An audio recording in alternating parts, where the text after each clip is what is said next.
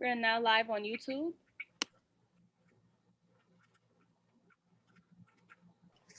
We're live on the website, ready to go. All righty. Good evening, everyone. Thank you for being here. Hope everybody had an enjoyable weekend. I want to start by, my spirit is telling me to do this, acknowledging and doing a moment of silence for Justin Wallace, young man, unfortunately, gunned down in the Rockaways, would be 11 years old tomorrow. We know the family, very tough time for the community right now. So I ask everybody to keep his family in prayer. So we'll take about a 30-second moment of silence and then we'll begin.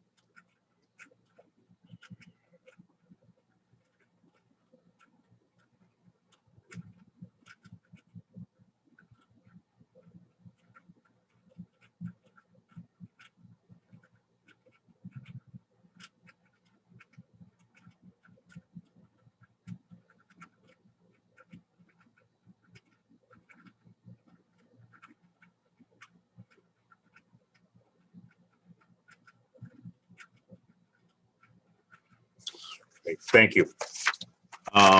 So we're going to move into the agenda now. So today we obviously are going to have a vote on the New York City Department of City. Well, okay, let me start with the notes the right way. The New York City Department of City Planning serves as the city's primary land use agency. DCP is responsible for setting the framework of the city's physical and socioeconomic planning. During March's Borough Board, we received a presentation on Elevate Transit, zoning for accessibility.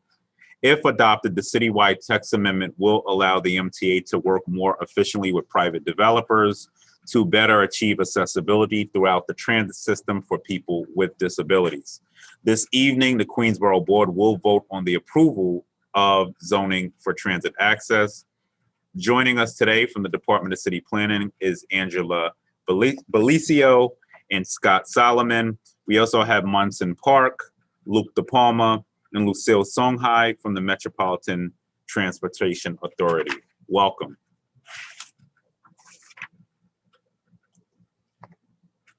We have them? Hi, good evening. We are here. All righty, awesome. All righty. Are we ready to take a vote on this, or are we just gonna go straight in? Do we have a quorum yet? There'll be a slight presentation as a reminder before the vote. Okay, got it. Okay, so you could hop right into it, DCP and MTA. Well, thank you so much, Borough President. It's a pleasure to be here with you today. And I know everyone knows me. I'm Alexis Wheeler. I'm the Deputy Director of the Queens Office of the Department of City Planning. It's great to be before all of the community district leaders again this evening as well. And so this is just a brief overview and reminder of what this overall wide framework would be doing in terms of allowing for greater opportunities for the city, both the city and the MTA in partnership, to be able to coordinate accessibility for our transit throughout the city. And so with that, I will hand it over to my colleague from our Transportation Division, Angela Belicio. Thank you. Hi, thanks, Alexis. Munson Park and from the MTA and I will go through a short presentation, and I think she will start us off. Great. Thank you, everyone. Thank you for your time this evening. We can just jump to the next slide. Thank you. Yes, so as Borough President Richards noted, this is a joint proposal between the MTA and City Planning. We're also joined by the Mayor's Office for People with Disabilities. And we're proposing a citywide zoning text amendment that will allow the MTA to work more closely with developers to help us get to system-wide accessibility. So there are two components to this proposal. The first one is a system-wide transit easement requirement. And the second component is an expanded transit improvement bonus to high density areas. And that applies to community districts 1, 2, and 12. the system-wide easement requirement applies to all community districts in Queens. Next slide, please. As we all know, the system is very old. Started construction over 100 years ago, with most stations built before 1950.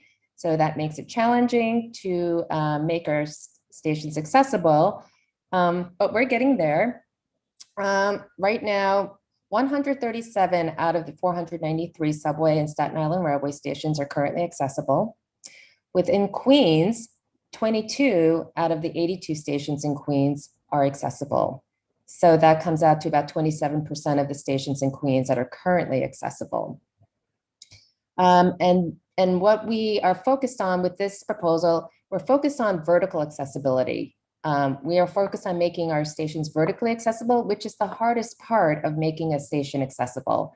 But ultimately, when you make a station fully accessible, there are many components to making them accessible, visually accessible, and so on. But this proposal really focuses on the hard physical part of making them accessible. Next slide, please. And we believe that once we get to system-wide accessibility, New Yorkers across the board will benefit. And this includes people with ambulatory disabilities, but also parents with young children who require an elevator, our growing senior population, as well as people with temporary injuries. And what that will do is right now, because not all of our stations are accessible, those who require an elevator, they often have to take a back trip to find an accessible station to do a transfer. So their trips often are much longer than they should be. Next slide, please. And who does this affect when you don't have an accessible system? There are 2.3 million Queens residents that are that have an ambulatory disability. Oh, sorry, of the 2.3 million Queens residents, 130,000 of those residents have an ambulatory disability. There are over 150,000 children under the age of 5. And you have 350,000 residents in Queens that are 65 and older. And as I mentioned, that senior population is only expected to increase. The senior population is actually growing at twice the rate of New Yorkers as a whole. Next slide, please. But the MTA, we are committed. We are committed to making our stations accessible. In our current 2020 to 2024 capital program, we are making a historic commitment. We are dedicating over $5 billion to making 77 more stations accessible. By the time that capital program is complete, 43% of our subway stations will be accessible. Within Queens, we are at, by that time that capital program is complete, we'll be adding 14 stations within Queens. 14 more stations in Queens will be accessible. And we'll have met our goal of the current capital program that no subway rider will be more than 2 stations away from an accessible station. And that also includes within the borough of Queens. And as I just mentioned, 11 subway stations and 4 Long Island Railroad stations within the borough of Queens will be accessible by the end of this current capital program. Next slide, please. Oh, and before I just jump into this one, I do want to mention that zoning for accessibility is not intended to replace any of our capital commitments. It's only going to supplement. So when I say that we want to get to system-wide accessibility, this program is intended to help us just get there faster in addition to our commitments within our capital programs. And just quickly to explain why it has been challenging for us to make our stations accessible. As I mentioned, our stations are very old. They weren't designed with putting in an elevator shaft. So we have many stations that have very narrow platforms.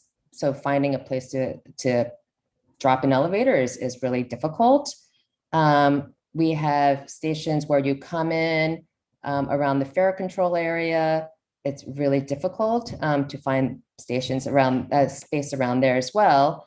But then outside of the stations, we also are dealing with challenges. We have limited space on the sidewalks. As you can see in the image in the upper right, for many of our elevated stations, in particular in Queens, you have a very tight situation between the elevated platform and the building. So we are dealing with that situation, and that's why zoning for accessibility will help us tremendously by putting easements within buildings so that we can take them off of the sidewalks. And then what we don't see is what's under our sidewalks and hidden inside our stations, which is the decades and decades of utilities. So when we have to put an elevator on the sidewalk, for example, we often have to relocate underground utilities, which adds much more time and much more money. People often ask, why does it take so long? It's often due to those underground utilities that we don't see. And that is another thing that zoning for accessibility will really help us address by taking them off the sidewalks and putting them inside the buildings. At this point, I am going to now hand it back to Angela, who'll go into the two components of zoning for accessibility. Great, thanks. So yeah, as Moonson said, this brings us to our proposal of zoning for accessibility. This is a citywide zoning framework, and the goal is just to create more opportunities to increase accessibility throughout the transit system. There is zoning in place today that helps do this already. There are two primary mechanisms that are in place right now, which are transit easements and transit bonuses. And both of them sort of work with existing development, ongoing development, to sort of capture opportunities that are happening now. And so through these zoning tools, we can sort of coordinate development that is already happening with station improvements. So first, as I mentioned, our easement provisions. An easement is a small permanent space in a building that was be reserved for the MTA to make an improvement in the future. And transit easements are traditionally used to provide space for new station entrances or passageways or sort of other ancillary facilities. However, in the zoning resolution today, easement provisions are very limited. They exist currently along the 2nd Avenue subway line in Manhattan, most recently in the Inwood, the special Inwood district. And also there's not, a sort of overarching citywide framework for facilitating easements. And as a result of this, we have missed opportunities. There's construction going up all the time near transit stations where it would be great to have an opportunity to have an elevator in a construction that's already going on. So the second mechanism that is in place today are transit bonuses. Today, zoning, you generally can get up to a 20% bonus in your FAR, your floor area ratio, for providing a transit improvement. And this would be a significant station improvement, like an elevator or an incident or an entrance. And currently, this is limited to only high-density commercial districts. And also is limited to only station adjacent sites. So you have to be sort of right next to a transit station in order to apply for a bonus, in order to make an improvement to get a bonus. And so more specifically how this, the zoning for accessibility proposal applies in Queens. As we go through, just so you know, the bonus would be applicable in 3 community districts in Queens, 1, 2, and 12. And also at the end of this presentation, we have maps more specifically that you can sort of see how the proposal works in each of those community districts.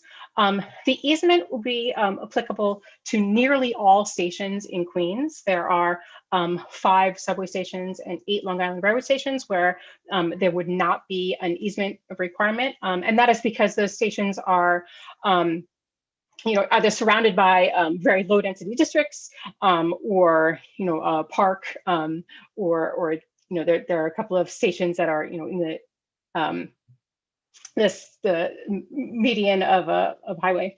And also, just so you can see how this sort of works in conjunction with the current capital program, This is a list of all the stations in Queens that Moonson had talked about earlier that are in the current capital program. And so we're sort of looking at zoning for accessibility as being sort of one additional tool to help the MTA build out these, not only these improvements of this capital program, but improvements at all the stations in Queens.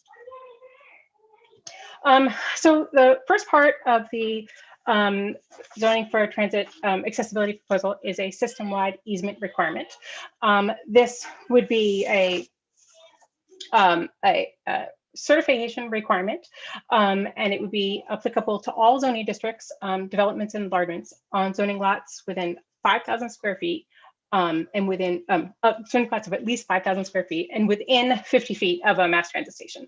The requirement would be they would have to consult with both the MTA and the chair of the City Planning Commission in order to determine whether an easement would be needed on that site. And if it is, they would have to get a certification and work with the MTA in order to figure out how an easement would fit on that site. Applicable zoning districts are all residence districts that support multifamily houses. This is all districts at or above R5 with a commercial overlay and all 5 R5D districts. Also all commercial districts at the residential equivalents of at or above R5, as well as C7 and C8, and all manufacturing districts. And also just to note, the MTA doesn't anticipate needing easements at every site around subway stations. And in fact, it is more likely that they will not need easements at most sites because they're looking for sites that are the would be the most beneficial, the absolute best place to put an elevator next to a station.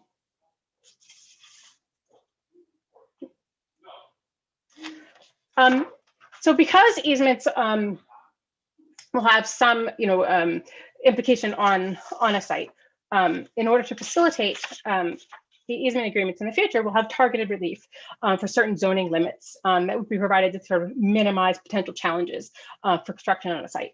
They're in 5 general categories that are listed here. The first is floor area and open space provisions. And this would ensure that the accommodation of an easement does not reduce the development potential of a site.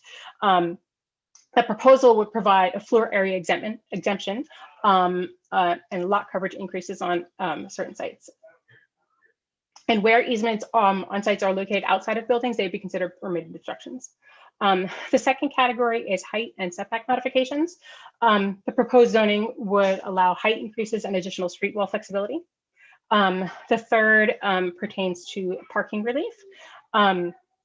And this would address potential limitations created by the easement to provide parking spaces. We would deduct 15 parking spaces and also have an additional waiver on small sites. The fourth group is use allowances.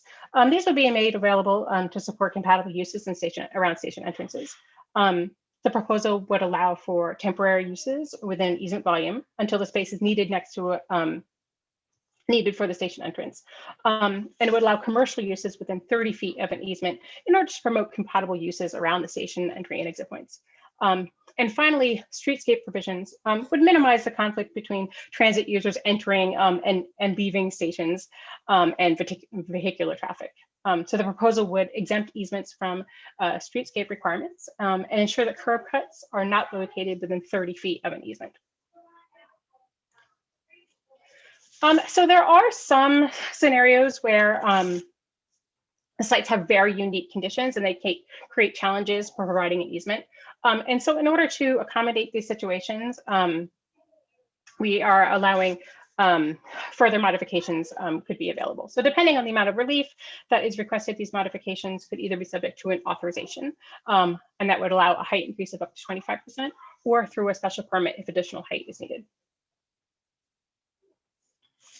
And then finally, while an easement volume is required on most sites, there are some sites where an easement would not be required. So these are sites with a lot area of at least less than 5,000 square feet, but in applicable zoning districts. So if a developer on these sites were interested in voluntarily providing an easement, are proposing that they would be allowed the same set of relief that would be allowed for required sites. So on small sites that are less than 5,000 square feet, the same set of relief would be applicable. And on sites with an existing building that is being converted, targeted relief could be provided to facilitate the provision of an easement within an existing building. So the second part of the proposal is an expanded transit bonus program. And this would be optional for sites that are proximate to transit stations.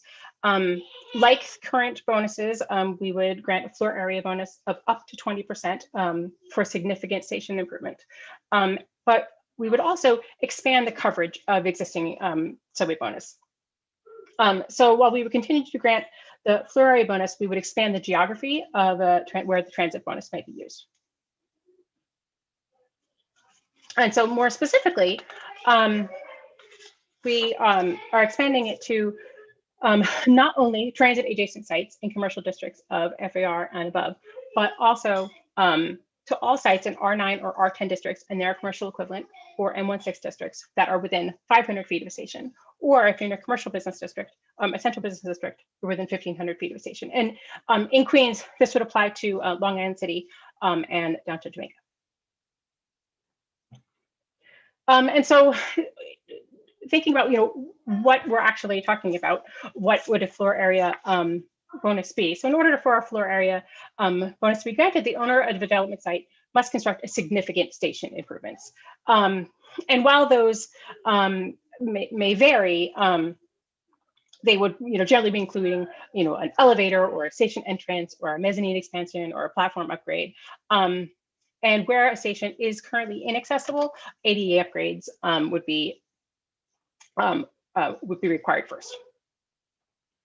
So the amount of floor area that you could get for a bonus would be contingent on the degree to which an improvement might enhance the station environment. And like the easement, there would also be additional discretionary approvals for cases that are sort of are unique. So for developments and enlargements that provide transit improvements, modifications to other zoning provisions could be available pursuant to an additional discretionary review and approval. So again, pursuant to an authorization, you could have a height increase of up to 25%. And if you needed height that was higher, more than that, you could apply for a special permit. So that's the quick-ish summary of our proposal. This is sort of where we are currently. We are nearing the end of our public review period. We have gone out to all 59 community boards, borough presidents, borough boards. We have a CPC public hearing in 2 weeks on June 23rd. And just so that you can see, we also have at the end of this deck that I think many of you have already seen through your community board specific presentations. We have lots of maps of applicability in Queens. So with that, I can open it up to any questions or comments that you might have for further clarification of the proposal. Thank you so much. Let me start by acknowledging my colleagues who joined us, Councilmembers Miller, Holden, Adams, Cool, and Brooks Powers. I think I got everybody. If I did not get you, I will come back to you. And I believe I will go to CB14, I think had the first question. Borough President, I actually had my hand up right before they started, so if you don't mind, I just want to share in terms of Justin Wallace. The family has not set up any kind of GoFundMe. Evidently, there's a fake one out there, and the family has publicized that they have not at this time asked for any financial help, and to please do not contribute to any Facebook or GoFundMe accounts at this time. Thank you. Thank you. And I know Sylvina's working to get that taken down as well. Councilmember Powers, Brooks Powers. Sorry, I still call her Sylvina. All righty, I'm gonna go to, I think, Lisa, you had a question? Unmute yourself. Hi. Good evening, Borough President and my my esteemed colleagues from city planning. You know, we had, so we're grateful for the opportunity to be in the capital plan and have stations, you know, scheduled to have increased accessibility. However, at our community board meeting, there is so much development in community board 2. We couldn't help but focus on all of the development that really woefully fails to be able to contribute to accessibility improvements in this proposal. And so, you know, the discussion was around mechanisms for neighborhood bonuses for developments in mid-sized zones, such that developers would or could make capital contributions to accessibility of MTA stations for additional floor area. And my question is, well, I guess it's just not here, but is there, you know, any consideration of adding such a feature to the Elevate Transit program?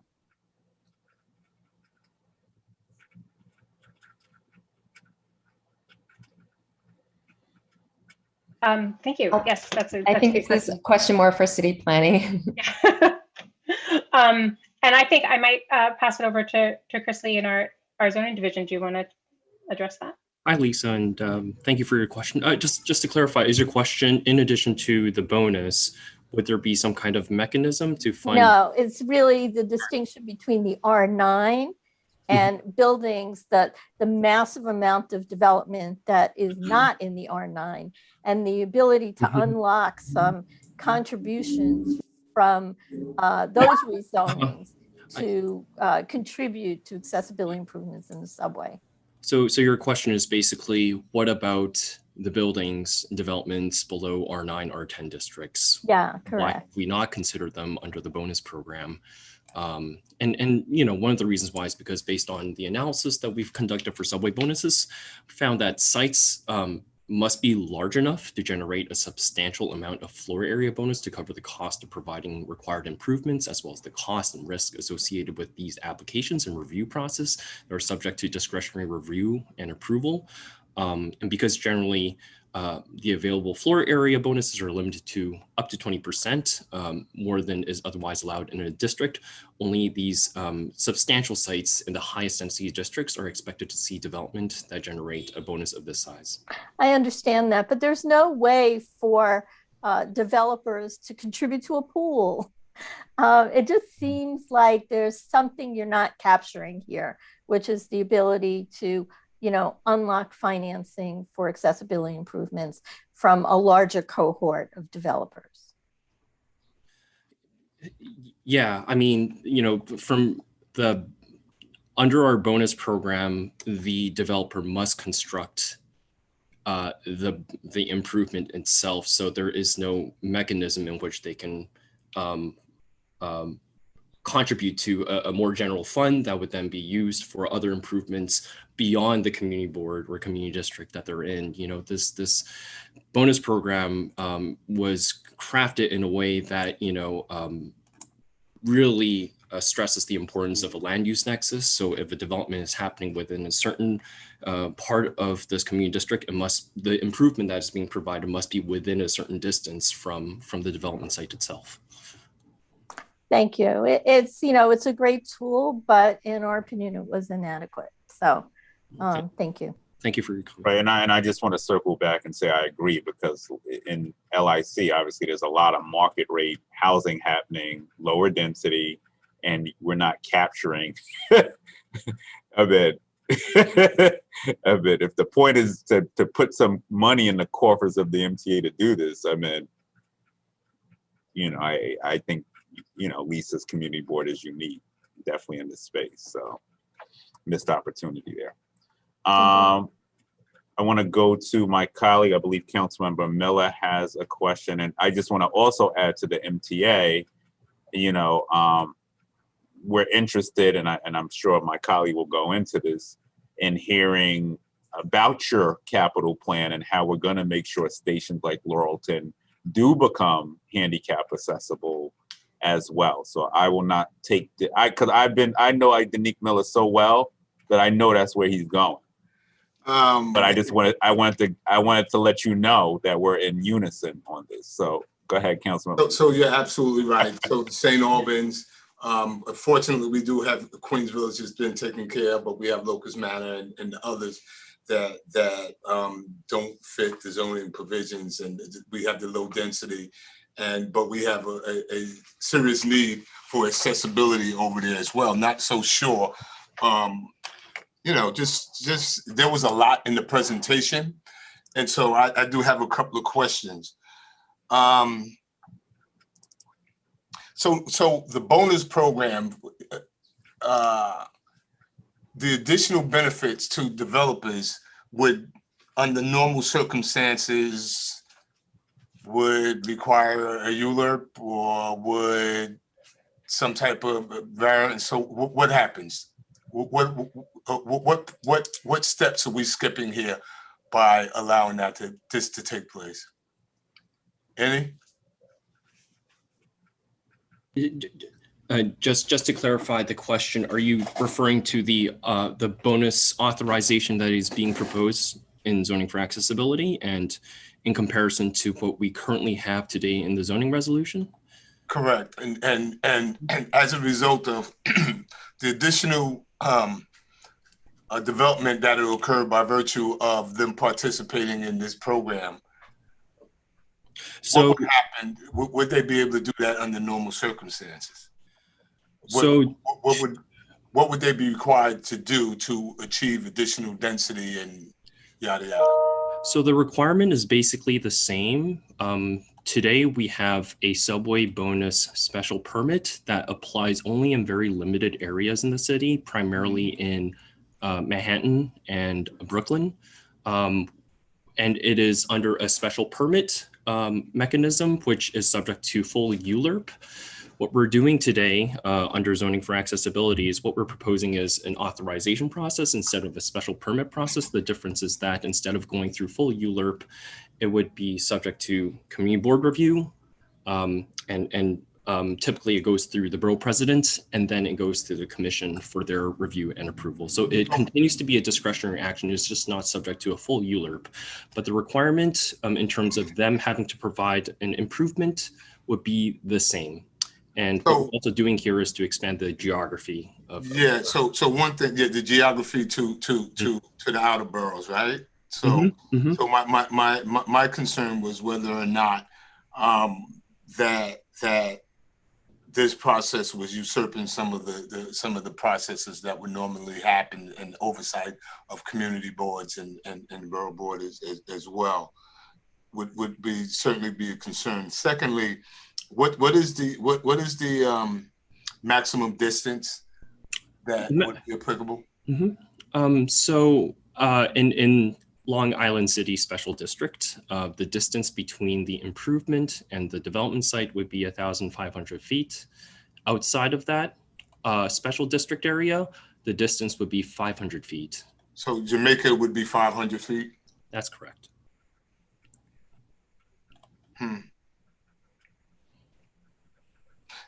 Interesting, because the two developments that occurred that would meet that criteria, they're both, pretty much underway, more than underway, and obviously too late for them to get in the program. So I guess that makes the rest of this kind of mute.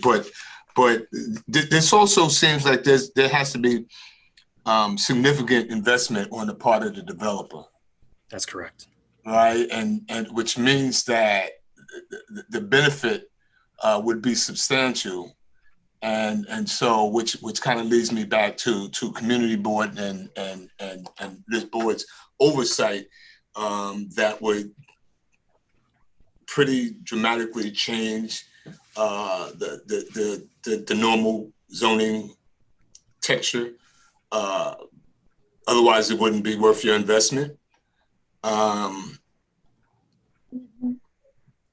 But again, considering, for me at least, that I don't necessarily see it happening in the 27th Council District, although there's probably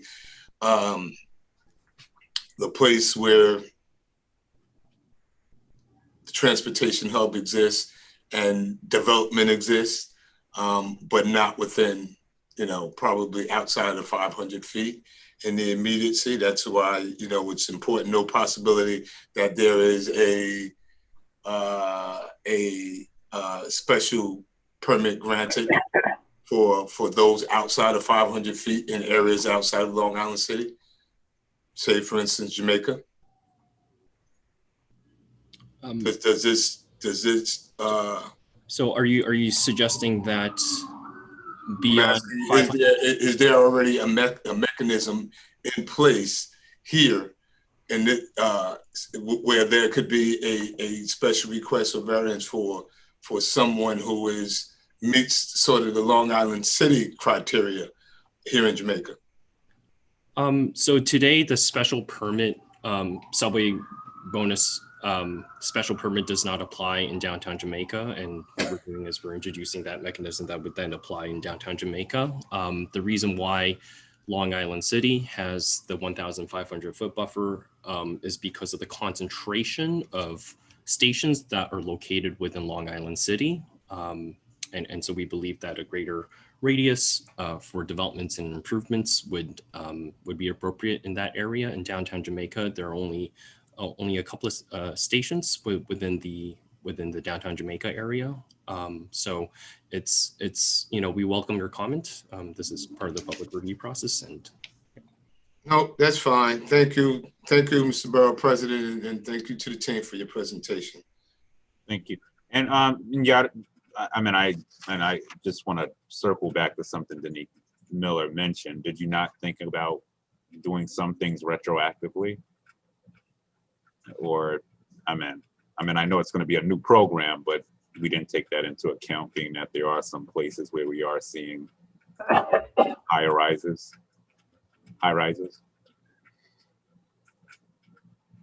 Well, if a project is already underway or if it's already under review, that means that they have probably already done advanced design or already in construction. But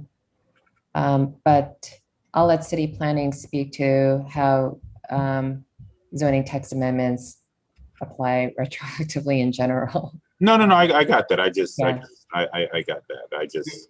But there are some that is I think we got a groundbreaking that's probably about or at least they're doing demo about that might fit into that 1,500 feet or maybe just a little beyond the 1,500 feet area over there. We have certainly seen a number of missed opportunities to get both easements and transit bonus improvements, and that's why we would like to get this passed now. While get this adopted. We don't want to miss any more opportunities. Yeah, and I'm sure they would be looking for some density. And just finally, how would this impact or in what you've seen in the past and moving forward in your assessments and evaluation, its impact on affordable housing? Clearly, this major investment increases the cost significantly and could we maintain affordability? What would that look like? so the bonus program is intended to work with inclusionary housing. There's mandatory inclusionary housing, which is not a bonus, it's a requirement. So anywhere where we have an R9, R10 district in mandatory inclusionary housing, affordable housing would continue to apply. It's just they have this extra tool if they want to provide a transit. I don't think we have mandatory inclusionary housing in Queens. And so in downtown Jamaica, no, you do have MIH in Queens. But and so in downtown Jamaica, where there also is voluntary inclusionary housing, the bonus. Voluntary. You're voluntary. Yeah. Mm-hmm. Yeah, voluntary. Yeah. Actually, we do, and the one market is directly across the street from the subway. The one, and they did not volunteer, nor did they volunteer to be part of the program. So, it's important to note that voluntary inclusionary housing is an as of right bonus, and so absolutely.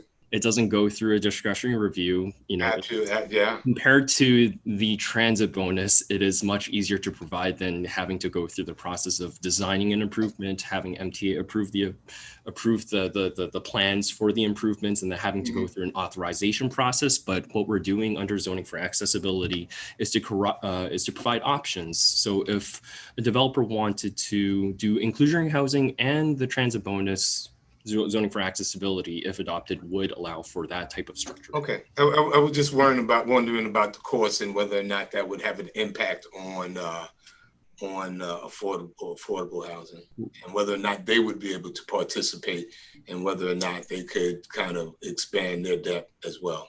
Thank you. Thank you, Councilmember Miller. All right, I want to acknowledge we've been joined by Barry Grudenchik, and not physically, although his background is Borough Hall. Okay, and we have a flag raising event. So I know Barry has the pride flags in back of him, but we have not raised them yet. So Barry, remove your background. I'm playing. Okay, got it. Not gonna happen, Borough President. All right, I'm gonna move on to, I see Vincent has a question. Yes, I didn't see any of the Queens stations on the M and the L line listed in this program.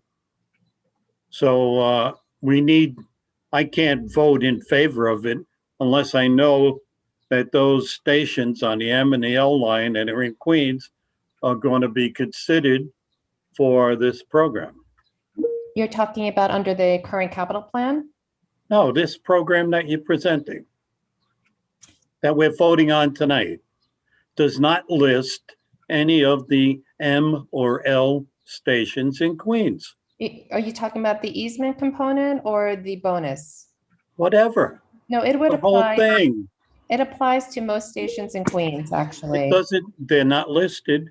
I You think listed the You're stations. confusing, hold on, Vincent. You're confusing the capital plan, what they had listed as the capital plan. So they're not going to be listed. And there So are you're two, confusing. yes, and there are two M stations that are in the capital plan. Which two? Steinway Which and Woodhaven. That's not M. No, See, that's my problem. We're saying- You have no idea, Mhm. you have no idea what stations on the M and L exist in Queens. And that's our Board 5 only real access subway elevated lines in our district. And we're totally ignored because you don't look at them. I would like to clarify that zoning for accessibility is intended to supplement the capital program. It is not a capital program. Okay. So how do I get handicap accessibility to the 5, 6, 7, whatever number of stations in Queens that are on the M and L trains? So Moonson, I just want to pop in and just say hi, Vincent. We do have listed on our current 2024 capital program, Woodhaven Station, on the M line as well as on the JC line. Woodhaven is not. Okay. Board 5, it's not an M or an L station. Give me the geography. Do you have a geography, Vincent? I mean, the specific Start neighborhood. at Wyckoff Avenue. Okay. Now, And the M train then runs to Fresh Pond Road. okay, but what station? What station? What and station? L train runs to the Brooklyn border. I know that. What stations are you requesting? Well, I thought I heard there would be no more than 2 station distance with accessibility. So let's make the assumption that the transit hub at Wyckoff Myrtle has accessibility. Now, if you're going on the M train towards Fresh Pond, where's the next 2 stations away? Where will that accessibility be? If you're going south towards Canarsie on the L train, what's the next station that will have accessibility? And it's totally ignored because there's this ignorance of the M and L trains serving Queens. We have a large population that goes to work on those 2 trains. That's why we built this gigantic transit hub at Myrtle and Wyckoff, to serve all those people. We have the bus depot, we have the transit hub, and no one is paying attention to us. Okay, so why don't you I'm gonna get us, vote no. yeah, if you can get Joe in my office, and I know Kat is on, get us the stations you're looking, that you're requesting, and then we can work with I'm not requesting any. I want to know where, based on this program, you're suggesting. And I don't hear anything because no one knows anything about the M&L trains that serve my district. Vincent, it's Luke De Palma. Hey, So I think the confusion here for some of us is you're talking specifically about the M on the Myrtle line. And the L. Village, Middle The Village L. is accessible. I know, let's take the M right now. So you've got Middle Village that's accessible, your terminal stop. If you go 4 stops down, so that's our breakdown of not being more than 2 stops away. It's 2 stops in either direction if you're in the middle of that. So Middle Village, not more than 4 stops down, you've got Myrtle Wyckoff that's accessible. That's an L and M. So that's your Myrtle line into Queens. Okay? That's covered in terms of what we've put forth in the next capital, in this current capital program of making stations accessible where customers will not be more than 2 stations away from an accessible station. You've got, obviously you've got Myrtle Wyckoff on the L that's accessible. You've got partial accessibility at Wilson Avenue on the L, which is further south towards Canarsie, but that's not on the Queens border anymore, right? So there's just a handful of L train stations that you're concerned about that are actually on the border. Correct. Right?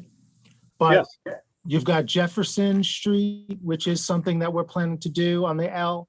Then you skip a stop on the L and it brings you to Myrtle Wyckoff. So all the spacing is accounted for in the manner that we have been putting forth for our capital plan, where you're not going to be more than 2 stations away. And that's just this current capital program. There will be future capital programs where we fill in those gaps. And then just for clarification, the easement applies system-wide. And I think city planning or Moon Sun, they're more experts at this, but that applies citywide. So we could take advantage of easements anywhere along the M that fit those real estate parcels and fit the criteria to use and secure easements for accessibility.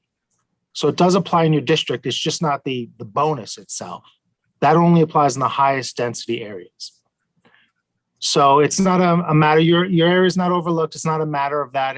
We have the coverage in our plan, and this program itself will advance accessibility in CB5.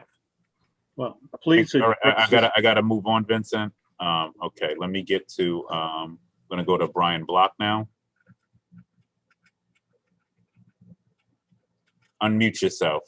All right, I think I did it. Did it? No? Yep, you're unmuted. You good? I'm unmuted? Yes, Mr. sir. President, I'm good? Yes, sir. All right, thank you. Good evening, everyone. Just maybe I'm being redundant. So Laurelton Station is low density. So are we saying that to get the elevator, we'll have to increase the density of the Laurelton community? Is that yes or no? Is that a yes or no? Am I right or wrong what I'm stating? Yes, no? You know, that's what I need to know. Yes. Because it's a low density station there. That's no development going on. So there's a possibility, I'll just use the word possibility, that density will have to be increased in order to get the LIRR station handicap accessible. If Laurelton will get ADA accessibility as a result of a capital plan improvement from the MTA. It's not currently in the current capital plan. We have the other Long Island Railroad stations in the current capital plan. We have Hollis, Locust Manor, St. Albans, and then Hunters Point in Long Island City. But Laurelton will get an ADA accessibility as a result of an MTA capital commitment. Now we've been. Sorry, I just got to chime in on this because I know this is important to Senator Comrie as well, and that's why I sort of brought it up as well. And you know, I'm interested in knowing where we're at because I believe that there was a design phase that was happening. So are we finished the design? Where are we at? And you know, obviously, this is going to be something that has to be pursued through the capital plan because there's no plan for development along the edges there, even if you wanted to develop. So am I right? So can I get at least a time frame so I could report back, give or take, not written in stone, but what type of time frame are we looking at? About the Laurelton station specifically? Specifically. I'll defer to my colleagues in government and community relations, but it is not in the current capital plan. We'll get back to you in terms of a time frame, but as of right now, we don't have anything to share. Okay, I could accept that. I could take that back. But my main concern again is, will the density have to increase in that area to gain the accessibility? No, you will get accessibility as a result of an MTA capital, of the MTA building the elevator, not from a developer. Okay, but we just don't have, to be correct, we don't have a time frame on when this will be done. Correct. Correct? Not at this moment for us to share. Thank you We very will get much. back to you as soon as we do. Okay, thank you. That's important to the borough president too. So, letting you know. And I'll be speaking to Phil and company as well, but that's important. All right, I'm gonna go to Reverend Thank you, Thorpe. Mr. BP. Thank you, Mr. Brian. BP. I'm gonna go to Reverend Thorpe, CB 12. Good evening, everyone. Good evening, BP. I just want to, like Brian said, not to sound redundant, I just want to get this straight so I can take it back to the community board. This project will not be taking place in downtown Jamaica.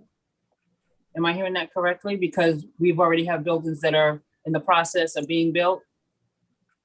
No, the bonus component applies to stations in downtown Jamaica because there are R9 and R10 districts in downtown Jamaica around within 500 feet of the stations. And I don't know if we want to pull up the map for downtown. So which stations will be doing this project? Angela, would you mind pulling up the map for CB12? So both the easement and bonus provisions would apply in downtown Jamaica.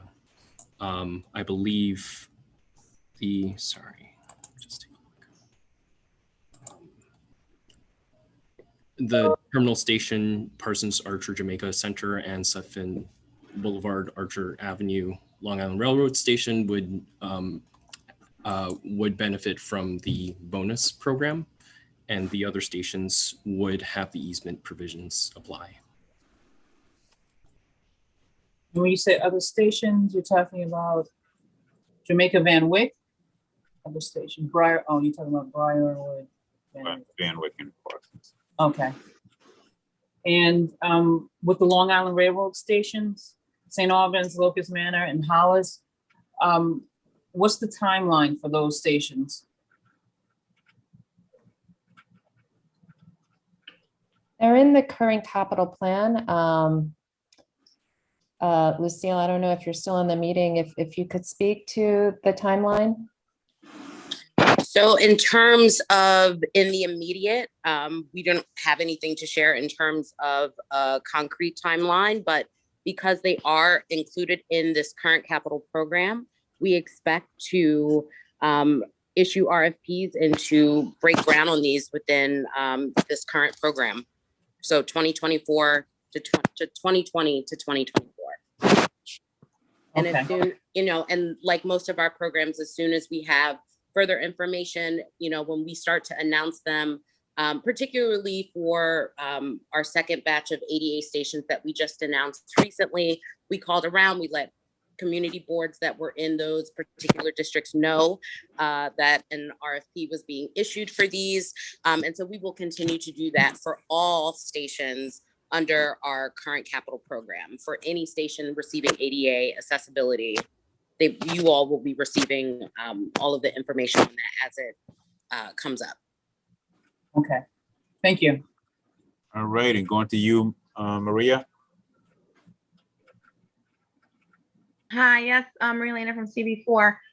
My board actually, we voted to approve this last month, but we did have some comments and maybe some questions that can be answered.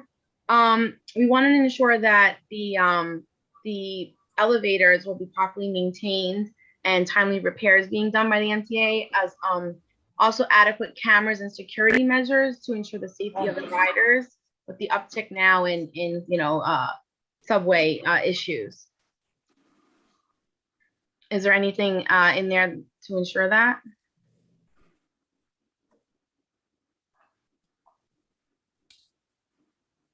Well, we have a commitment to maintaining all of our elevators, and we do have cameras installed in our elevators. Okay. And then the other thing was if this would promote real estate speculation. So there was a lot of concerns about driving out small businesses and residents, and what's there to ensure that these small businesses get assistance in finding a new location or having a space available within the new development, and also for the affordability as well. Thank you for that question. I will say that, this is really a citywide framework that we are not anticipating will induce development simply because this is implemented. It really is just allowing for us to make sure that future development that doesn't exist today can be providing space for these improvements in the future. So we don't anticipate it having any impact on current businesses and current properties. And again, it shouldn't be playing a role in driving any speculation. And the other thing is that to ensure that the MTA is not going to be soliciting developers. We had a lot. Sorry, a lot of concerns. They can't. I don't think that's legal. I don't want. It's probably not legal. Yeah. Okay. And then the last question was our Woodhaven station. On Queens Boulevard, Woodhaven Boulevard. I believe that was in the cap. I don't know if it's coming up or if you have any answers on that. I think Luke, you went into Woodhaven, I think already. I thought you moved. Woodhaven on the M, ADA. No, by Queens Center Mall. It would be like. Sorry. What's the plan for it? Sorry. This was the elevator accessibility without this, text amendment. It's just planned in the capital program. You're asking for the schedule? Yeah. I don't have the schedule right now. We can give you the update. We can email you the update, the latest that we have. Okay. Once we usually just inform the community boards and the elected officials as we proceed with the contract, and then we get the timeline from that process. Okay. And I would request that, I want that borough-wide, so if you can send us timelines, updated information on where we're at on all of the capital projects, that would be useful as well. If we can get that. Well, the ADA? Yeah, ADA, yep. Mm-hmm. Sure. Yeah. So we don't have to wait for the text amendment then. This is something that's already going to happen. Okay. Okay, thank you. Thank you. All right, I'm moving on to Betty. Thank you, Mr. Borough President. I'm getting a little confused here. It's my understanding that the text amendment that we're considering voting on tonight will, in the future, make getting projects for accessibility more easily accomplished. Am I correct? Yes. That we're At not the talking expense of about developers, individual- though, at the expense of developers paying into it. Exactly.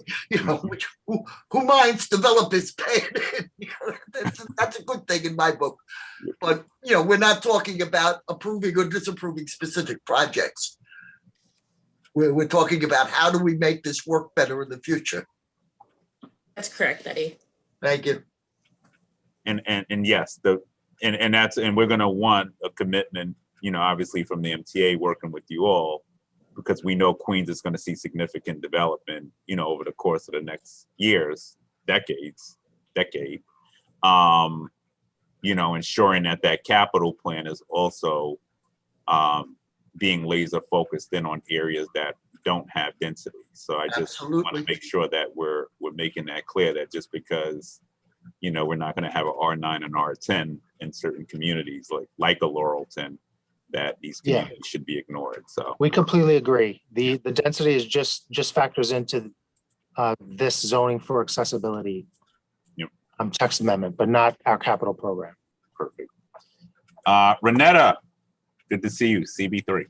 Hello, everyone. How are you doing? Hello, Borough President. So my board voted to approve, and they have the following provisos. I know we're talking about the future, but we still want to mention some things. One, the Department of City Planning will, with all this ability, keep Community Board 3 informed of the progress and development of the zoning text amendment. 2, sufficient research must be provided to address the mixed-use building types and land use along Roosevelt Avenue in CB3 Queens, regarding considerations to address subway station accessibility. And finally, we're very interested in committed MTA maintenance, scheduling, and cleaning repairs for example, for the 7 line and other subways in our district. For example, the stairs, the station, the elevators must be provided and adhered to all CB3 stations, because we have a serious issue at 74th Street and Roosevelt Avenue, where the stairs are privately owned, but compared to the state, compared to the rest of the station, which is not cleaned as it should be. Any response?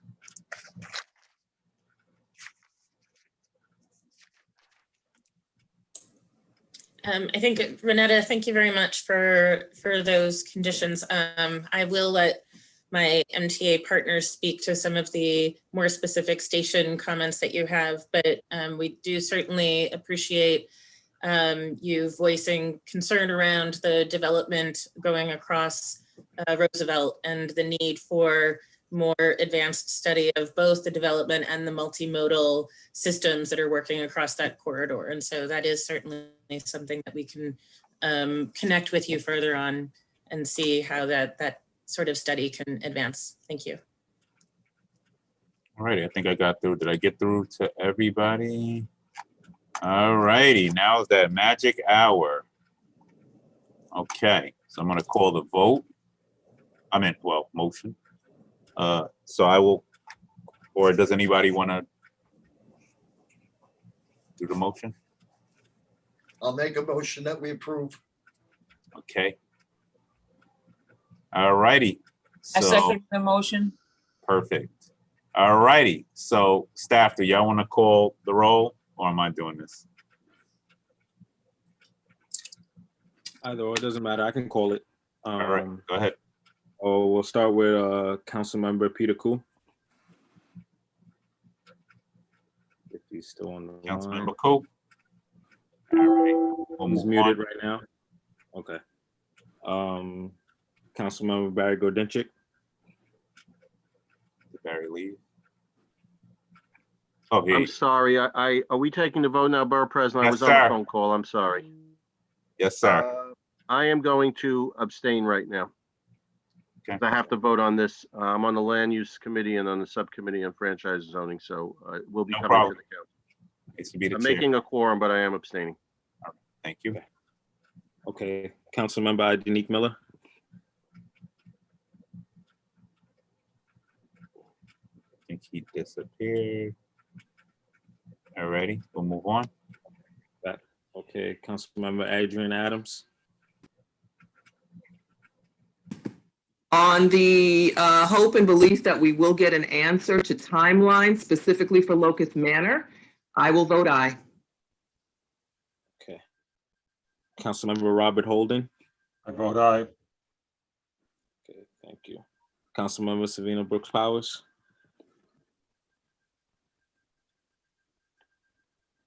All right, I'll text. Okay, all righty, move on. We'll now go to Community Board 1, Marie. Yes. Thank you. Community Board 2, Lisa. Yeah, well, our community board voted yes, with the stipulation that the City Planning Commission study a mechanism for neighborhood bonus development in mid-density zones such that developers would make capital contributions to accessibility of MTA stations for additional floor area. Thank you. Thank you. Okay, Community Board 3, Renetta. Community Board 3 votes yes for the 3 provisos that I mentioned earlier. We got Councilmember Vallone who's joined us now. Councilmember Vallone. Thank you, Mr. Borough President. On behalf of the 0 train stations in my district, I vote aye. Wait, yeah, okay. You can just use our tax dollars as usual. I didn't even know how to respond to that. Yeah, but it's don't true. worry about it. One day somebody will We're put a gonna train extend station. it one day into The that. only council district without a train station. Hold this, I got none either, Paul. Barry, you and I have to do our own train station. I don't even have a Long Island Railroad, at least you got that. I have those. All right, we're gonna move on. We're having too much fun. I think Sylvina's back. Oh, there she goes. I'm back. Sorry about that. I had to take a call. I'll vote yes. Okay. Thank you. Okay, Community Board 4 now. Yes, I vote yes, but with the things that I mentioned earlier that the board recommended. Thank you. Community Board 5, Vincent. Aye. Vincent, what did you say? Aye. Okay. Community Board 6. I vote yes, and the Land Use Committee also, with the following recommendations, require a notification to community boards when an easement is determined to be needed in a development site, including for as-of-right construction, and conduct an economic analysis of the downstream financial impact on construction costs and housing development. But happy to vote yes with those recommendations. Thank you. And Irving has taken all of this down, so when we put in our final recommendation, we'll get back to you with some of the stuff you mentioned, everybody who had recommendations as well. So, okay. All right, continue, Khalil. Perfect. Community Board 7, Eugene. Yes. Thank you. Community Board 8. Community Board 8 has not yet taken a position to the issue, and I've been instructed to abstain. Thank you. Community Board 10, Betty Breton. Yes. Thank you. Community Board 12. I vote yes with the stipulation of the maintenance agreement as well as the cameras outside as well as inside. Did you skip 11, Khalil, or is 11 9? 11 wasn't on. Did they? Oh, okay, got it. Okay, I just wanted to check. Okay, no problem. Community Board 13. You muted. You muted, Brian. Yeah, I'm sorry. I vote yes, but with the stipulation that we be kept abreast of the timetable for Laurelton Station. That's the caveat I like to put on there on the record, that we like to have this timetable. Since it's not in the capital right now, just like to know when it's going to occur. And I've been assured that there's no increased density. So based on that, I'll say yes. Thank you. Okay, and Community Board 14. Community Board 14's Land Use Committee abstained on this issue, and the full board has not voted as of yet. That vote is tomorrow evening. So at this point, we abstain at this point. Thank you. So that's a total of 14 BP. 14. How many abstentions? How many? 3 abstentions, 14 yeses. Okay. All righty. The ayes have it. Thank you. Thank you. Thank you. Thank you. Thank you. All righty. Thank you. All right. Thank you. All righty. And you'll please, if you have any stipulations you want included, please make sure that gets over to Irving. So that as we draft up final recommendations, we can also include it as well. All right. We're gonna move on now to something I'm really, I'm excited about both of these proposals, actually. I thought we were doing fresh first. Let me make sure I'm right. Okay, so we're gonna start with the Department of City Planning, who will now give us presentations on 3 different zoning text amendments. Oh, did we leave CB9 off? Is CB9 here, Khalil? Sorry. They weren't. Yeah, I don't see the chair. Okay, they're not. Okay, got it. I just want to make sure. Okay, perfect. All right, we're moving on. The Department of City Planning will now also give us presentations on 3 different zoning text amendments. I love how they cram all this stuff in before the fiscal year is up. The Department of City Planning has already been out to our community boards making these presentations, and a few boards have already taken some actions. The first presentation will be on citywide hotel special permits. It's something very important to Queens, of course. This permit is aimed to address a consistent approach to hotel development citywide. The proposed zoning change would allow the commission to ensure that new hotels do not create significant conflicts with surrounding development and much more. DCP representatives Alexander Plakis, Jen Gravel, and Scott Solomon will lead this discussion on hotel permits. Following the hotel special permit presentation, we will have a presentation on the FRESH program, something I worked on for 6 years. Hallelujah. We're getting there. And we will see this presentation from Jackie Sunwoo, Jen Gravel, and Joy Resser of DCP. And let me just run down. The Fresh program provides developers a floor area bonus for supermarkets in designated neighborhoods with a deficit of quality food stores to encourage better nutrition and choices of food in those areas.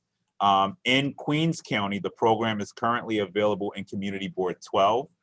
When I was chair of zoning, I raised why, of course 12 needs it, but why aren't we looking more expansive across Queens? The expansion would include now Community Boards 1, 3, 4, and 14. Lastly, Joy Chin, Dylan Sandler, and Jen Gravel of DCP will deliver a presentation on the Health and Fitness Text Amendment. In reaction to a proliferation of illegal massage parlors in the 1970s and 1980s, a special permit was created to control these businesses. An unintended effect was that legitimate gyms, spas, and licensed massage therapy, and often small businesses, were forced to go through a lengthy application process for a 5-year permit that put them in a perpetual cycle of applying for and then renewal of the special permit. The proposed action would remove the special permit and reorganize use classifications for the different uses formerly governed by this special permit. We are now ready for these text amendment presentations, and we'll start with the hotel special permit. Thank you, Alexander, Jen, Scott, and the rest of the DCP team for joining us. Let's get through this. It's a lot to take on tonight. Hello, I'm wondering if I can have the ability to share my screen. Ready? We're working on that, team. Is Chris on? Give me 1 sec. Oh, Tiffany? I'm here. Okay. Can you give him the ability to share his screen? Yes. Alex, right? Alex, Yes.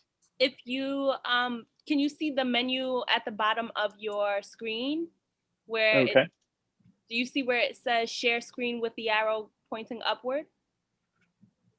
I do not on my Okay, computer. I'll make you a co-host. Okay. Can you see it now? It's at the bottom where you can mute yourself. It says start video, participants, chat. It's literally on the same screen that you're on. Okay. Yes. Now I see it. Okay. Click share screen, 1 second. and then you'll It's actually. pick the screen that you would like to share. Do you see it? I actually do not. I'm sorry. Because I have a second computer to share my screen with. So the one that isn't doing video. The computer that you're using video on, the computer that you're on Zoom with is the screen that you should be looking at. And you'll see, Okay. yeah, that's where you'll see the menu with the different tabs that says share screen at the bottom. Would you be able to share with the other computer that I'm signed into? Oh, he that I'm has not sharing two. the video? There are two. Yeah, he Are has you, two. which, There are two Alex P's. So okay, look I for see the other one. Alex P. Yeah. I will make the other Alex P Yeah, co-host. sorry about that. No worries.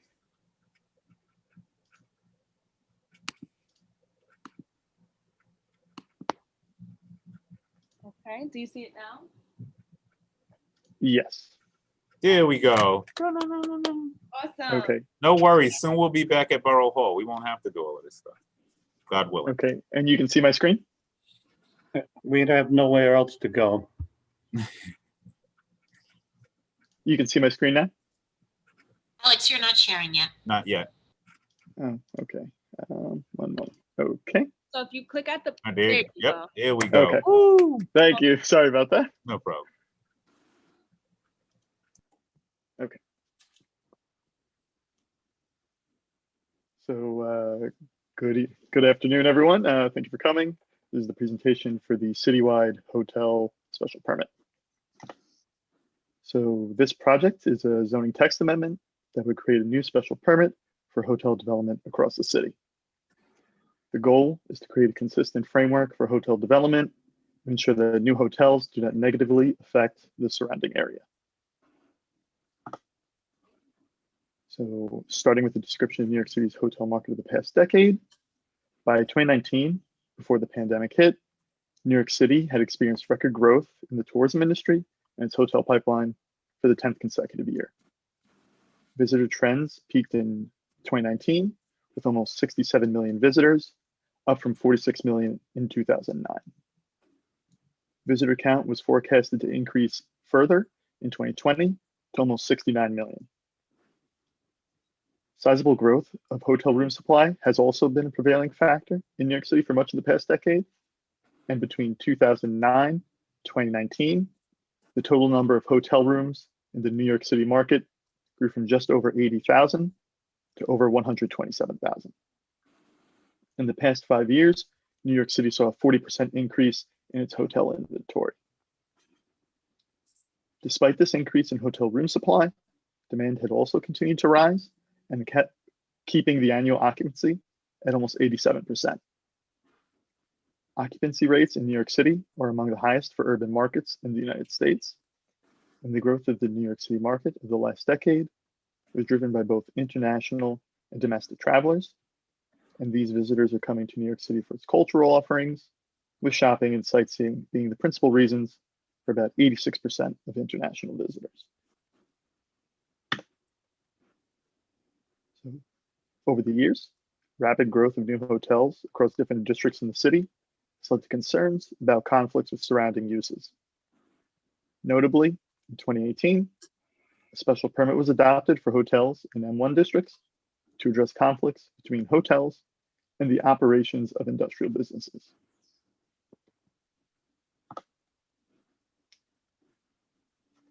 To address these concerns, the City Planning Commission has adopted a variety of special permits relating to hotel development in different special districts, as seen on the map on the slide. And this has resulted in an inconsistent framework for regulating hotels.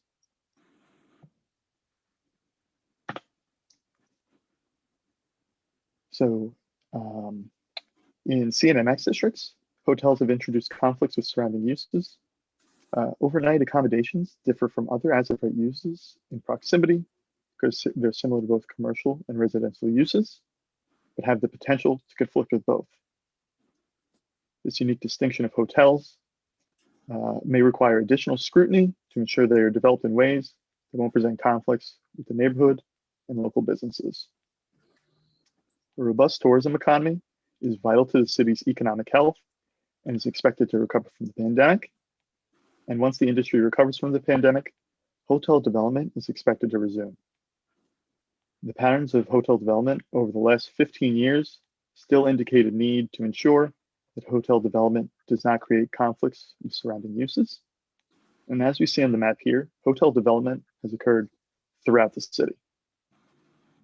Thus, the proposed text amendment will create a consistent zoning framework for new hotels and allow the City Planning Commission to evaluate each hotel development's impact on the future use and development of the surrounding area. So, hotels have the potential to create land use conflicts in a variety of neighborhood contexts and zoning districts. For example, we're already aware of the potential conflicts hotels can have in light manufacturing or M1 districts. And several C districts in the city also have hotels in areas where it can be in conflict with nearby businesses, or the site may be planned in a way that may be unsafe for guests and residents. The hotel in the C8 district in the slide is located across the street from a cemetery and is surrounded by heavy commercial uses.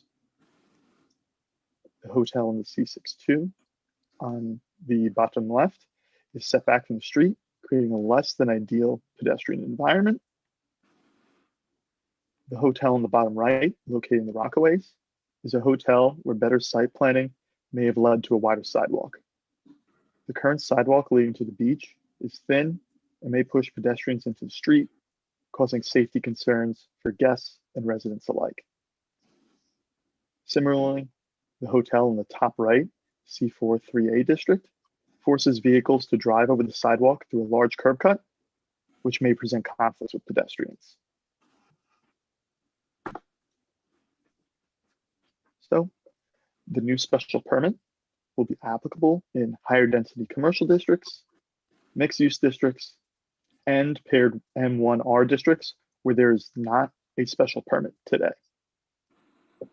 The new special permit will also apply to those areas that already have a special permit, and M1 districts will retain the findings from the M1 hotel special permit, since those addressed unique concerns in light industrial areas.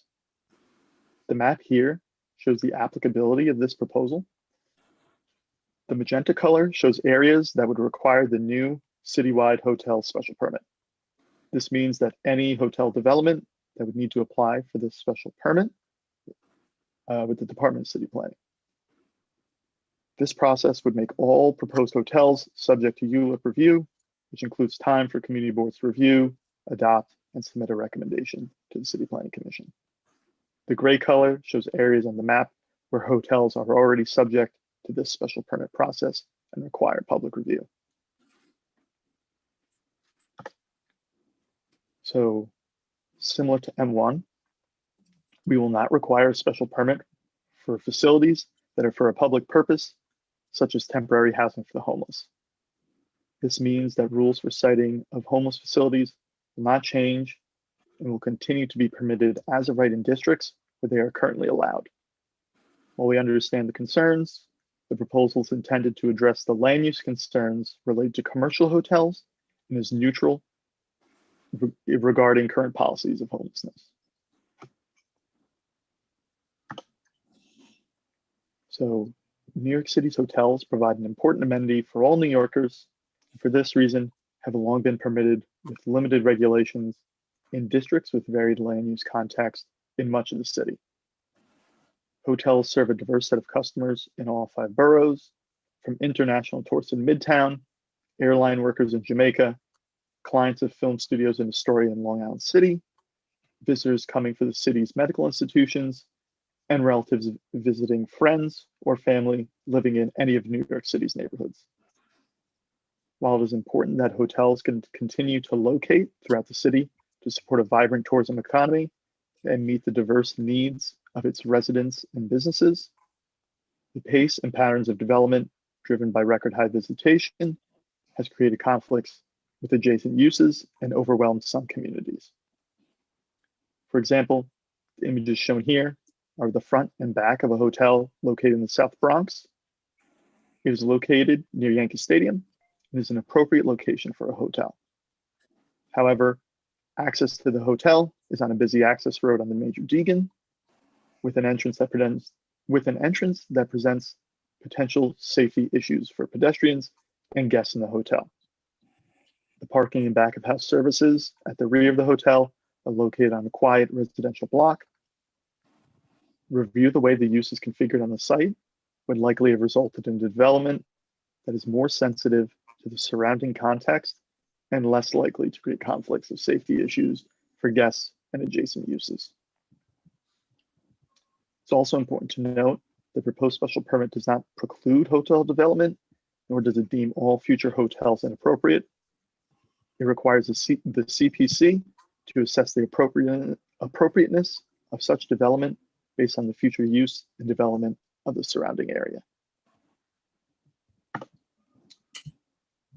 So let's briefly talk about the recent impacts of the pandemic on the hotel industry and ways that we have modified the proposal to try to address these challenges. The COVID pandemic has had a significant effect on the New York City hotel market. Between January and November of 2020, a net total of 146 out of 705 and over 42,000 rooms have closed. Luxury and upscale room types accounted for almost 85% of this loss, and estimates by the city's independent budget office placed job losses in the hospitality and leisure industry at around 197,000 jobs in 2020. COVID has had an impact on the hotel industry, but there is optimism that the city will recover and visitors will return. Many experts are placing this recovery in 2025. And with that return in demand, the Department of City Planning anticipates development to return to pre-pandemic levels, leading to a need for the special permit, allowing for better regulation. However, we do not want these regulations to prevent the recovery of the city. So because of these significant impacts and minimizing the likelihood that the special permit will impair the recovery of the industry, we've created this proposal. These provisions include modified vesting to facilitate projects that are already in the pipeline, projects filed with the Department of Buildings prior to 2018 need to obtain a foundation permit prior to adoption.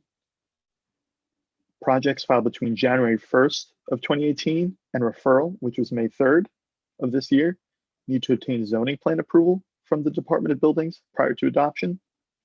And both categories of these vested projects will have 6 years instead of the standard 2 from the date of adoption to complete construction.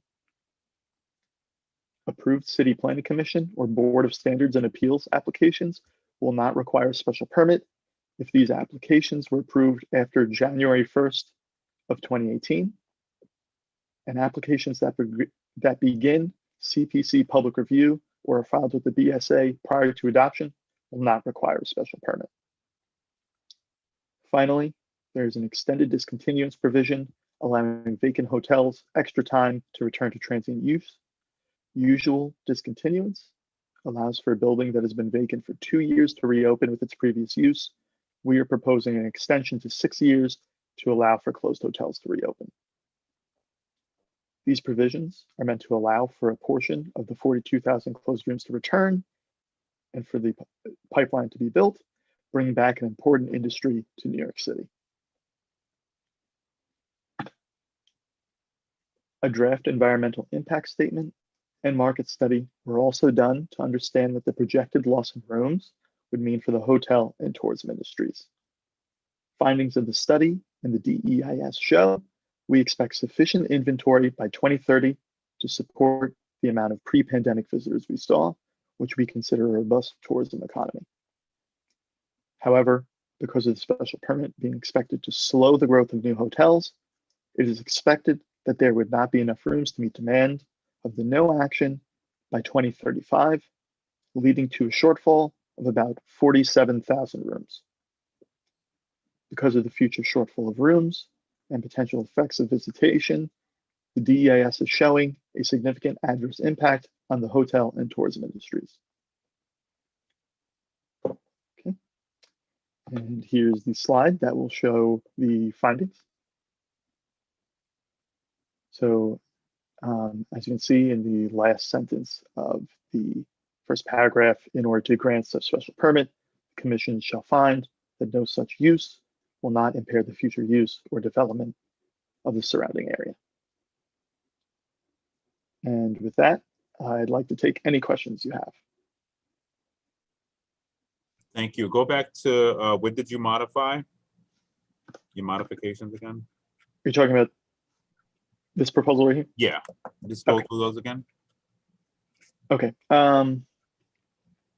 So the modified vesting is for the Department of Buildings pipeline, and any project filed before 2018 would need to obtain a foundation permit prior to the adoption date to be vested, and then they will have 6 years from the adoption date to complete construction. Any project filed between January 1st, 2018. And okay, so anything filed between January 1st of 2018 and May 3rd of this year, 2021, will need to obtain a zoning plan approval from the Department of Buildings, and then we'll have the 6 years. And how many, what's the net, how many applications are you anticipating this impact? I mean, how many hotels are in this net, are being netted in this? Jen, correct me if I'm wrong, but I believe the number was about mid 20,000s, like 25,000, 26,000. Rooms, not Rooms, hotels. not hotels. Yes. Yeah. Hotel rooms, right? Okay. Yeah. We'll confirm that number. We don't have it right in front of you, but we do have the data from Department of Buildings on applications that meet these requirements. So we can certainly give you a more specific answer. We'll follow up.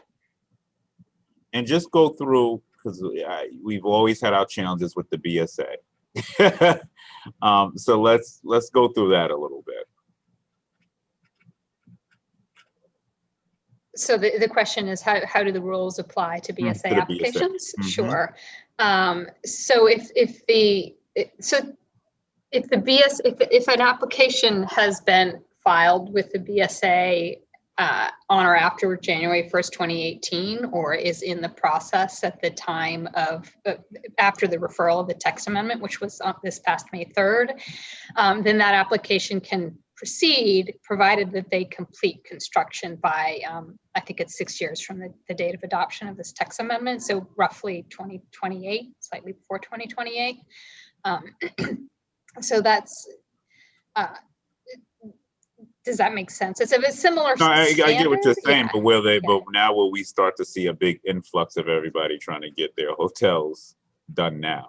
No, I mean, my understanding is that not my understanding. We were told by the BSA that they will not, I mean, they have to have already been filed with the BSA. So it's at the date of referral, or they had to have been there already. So we don't see a rush. And we also understand that the BSA won't consider an application unless the DOB has already turned you down. So you are either in the DOB pipeline and you're as of right, or you've been turned down and have already applied to the BSA. So this shouldn't be causing a rush of applications. Let's talk staffing for a second. So, so is DCP and DOB ready, and is there a plan to increase staffing here? Because we already get enough complaints from people about the lack of DOB moving permits. And I guess we could say that about city planning too. You know, people want to certify, they have challenges. So talk about the strategy around staffing for both agencies, being that I'm assuming you're going to see an influx of applications coming in eventually as the economy picks up. Yeah, I can't speak to BSA staffing. And for city planning, there's not at this time, certainly not prior to adoption of the text amendment, specific plans to increase staffing to implement new special permits. It is our expectation that we will simply get fewer hotels as a result of this action, but we do anticipate, I think, getting along the lines of, I think, potentially 10 applications a year. It's certainly a good question, and we fully acknowledge that one of the outcomes of this is that we will likely see fewer hotels, and part of that is the cost and uncertainty of the process, as well as the ability to sort of to staff this. I mean, like anything, we have a sort of a longer list of projects that we'd like to put through the process than we have the capacity to deal with, and it will have to be assessed in the context of what we have before us at that time. We always do our best, and the borough offices always do their best to move applications as efficiently as they can with the resources they have. But your point is well taken, and certainly if more resources are available to move applications, we would support that. And I don't think any of us would disagree with some of the challenges we've certainly had with hotels. You cited one, and we often catch the rage of the community. How did this get approved? So I mean, we're certainly supportive of a special permit. Still some work to do, still have some questions, but based on some of the things we've seen, for instance, at the hotels right across the street from Borough Hall, the Umbrella Hotel comes to mind.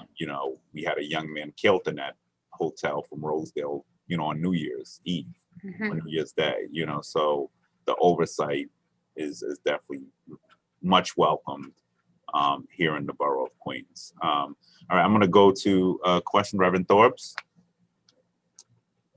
Yes, in regards to CB12, we're overwhelmed. And the community is basically up in arms. So how, again, will this program rein in the building of hotels? Because right on Liberty Avenue, we have two hotels literally right across the street from each other. We don't see or haven't seen that type of traffic, not just because of 2020, but even prior to that. So what we are seeing is it's becoming the supplement place to put the homeless. And so every corner, every spot that could possibly be thought of, we're seeing hotels pop up. 3 stories, 5 stories, what reassurances does the community have? So just to make sure I'm clear, that the question is, what reassurance do we have that this proposal will allow for an additional review of hotels? Not just the additional review, but yes, we want to be kept in the loop, the community board, in regards to what is coming into our community, as well as, you say the process is 6 years. What's to say that someone in the Department of Buildings won't backdate some of these permits? So I want to sort of make sure we're understanding the distinction between those projects that we're calling vested. So those are those projects that were at Department of Buildings before this was in the process. And the developers of those have worked in good faith under the rules that existed at the time. And between that and the context of the need for economic recovery was why we put in provisions that allow those projects that were already underway to proceed. That's a known universe of projects, or predominantly known universe of projects. Then there's anything that's sort of not covered by that universe. So any application, any developer that owns a piece of property that wants to come forward will now, once this is adopted, have to get the approval of the City Planning Commission and the City Council to proceed, and provided that they meet the findings. So the findings are really about how any hotel relates to the surrounding area and whether it could introduce impacts or change the character of that area. So as a City Planning Commission special permit, it would get referred out to the community board in which it's being developed. So there would be an opportunity for the community board to consider that hotel in the context of its surrounding neighborhood and make recommendations that may make that hotel more appropriate, that may help mitigate traffic impacts or safety concerns, or express how it is or isn't consistent with how the area surrounding it is being used. I hope that answers the question you're asking. Yes, it does. Okay. Thank you. Any other questions? All righty, thank you. Seeing none, we'll move on. Oh, sorry. Go ahead, Alexa. Sorry, thank you, Borough President. And thank you for the presentation. I have a general question just about the timing, and the Borough President alluded to this in the beginning of the presentation. My land use committee is a very active committee, and we've been meeting very regularly when certifications picked back up after the pause from COVID.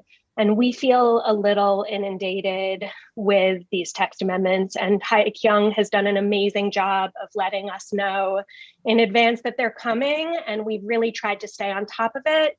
But we have a very early June board meeting. It's on Wednesday, and that's it. We have volunteers that have 2 months off, and we just feel, I just couldn't not take the opportunity to just put on the record that I wish that we had more time to consider this, both of, all of the text amendments that are in front of us. So thank you so much. This presentation is very helpful for me. I've told my board members to tune in if they can. So thank you for allowing me the time to state that.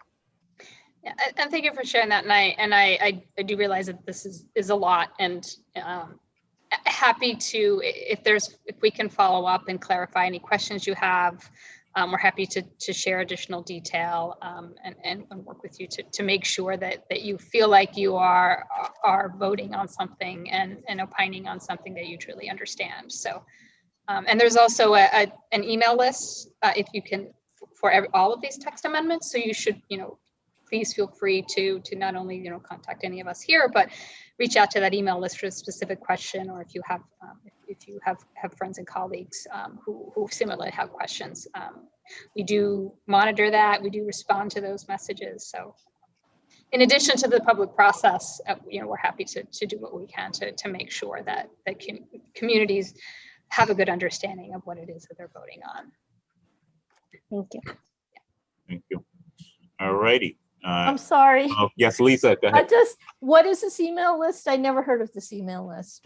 What email list? So Tell us we about can, sure, we can certainly, well, every text amendment has an email address. So I can certainly share this either in the chat or afterward, I can reach out and share it. Alex, what is the email address for hotels, for the hotel? I believe it's hotels@planning.nyc.gov. And I learned So- something new today as well. Yeah. I believe each of these text amendments has its own, and you will actually reach the people who are presenting to you today, and as well as a broader team of people who are monitoring that and will respond to those messages. Thank you. Happy to do that if thoughts come up, or if there's a question you have that you think of later. Awesome. All righty. We're moving on now to Fresh. Next text amendment, which is actually easier to digest, which is great. Long road to get here. Very long road. I agree. Hi, I'm Jackie Sunwoo from City Planning. Let me just share my screen really quick and make sure. It says the host disabled participant screen sharing. Tiffany, are you able to allow me to share my screen? Yes, I will make you a co-host. Thank you. You're welcome. Can you see the menu at the bottom of your screen where it says share screen? I see it now, actually. Okay, Thank you. You're welcome. Also, DCP, can you add that link to the text amendments, to all of them? Can you put them in the chat box so everybody has access to them as well? Thank you. Fresh. Yay, finally. So good evening, everyone. My name is Jackie Sanu, as I mentioned, and I'm the lead project manager for the Fresh Update Zoning Text Amendment. So we referred this text amendment out on May 19th, and we're starting to go out to the public and do outreach.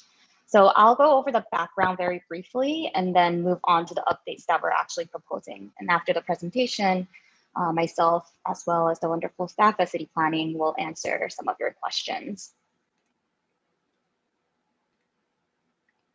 So FRESH, which stands for Food Retail Expansion to Support Health, is actually an existing program in the zoning resolution that was created in 2009.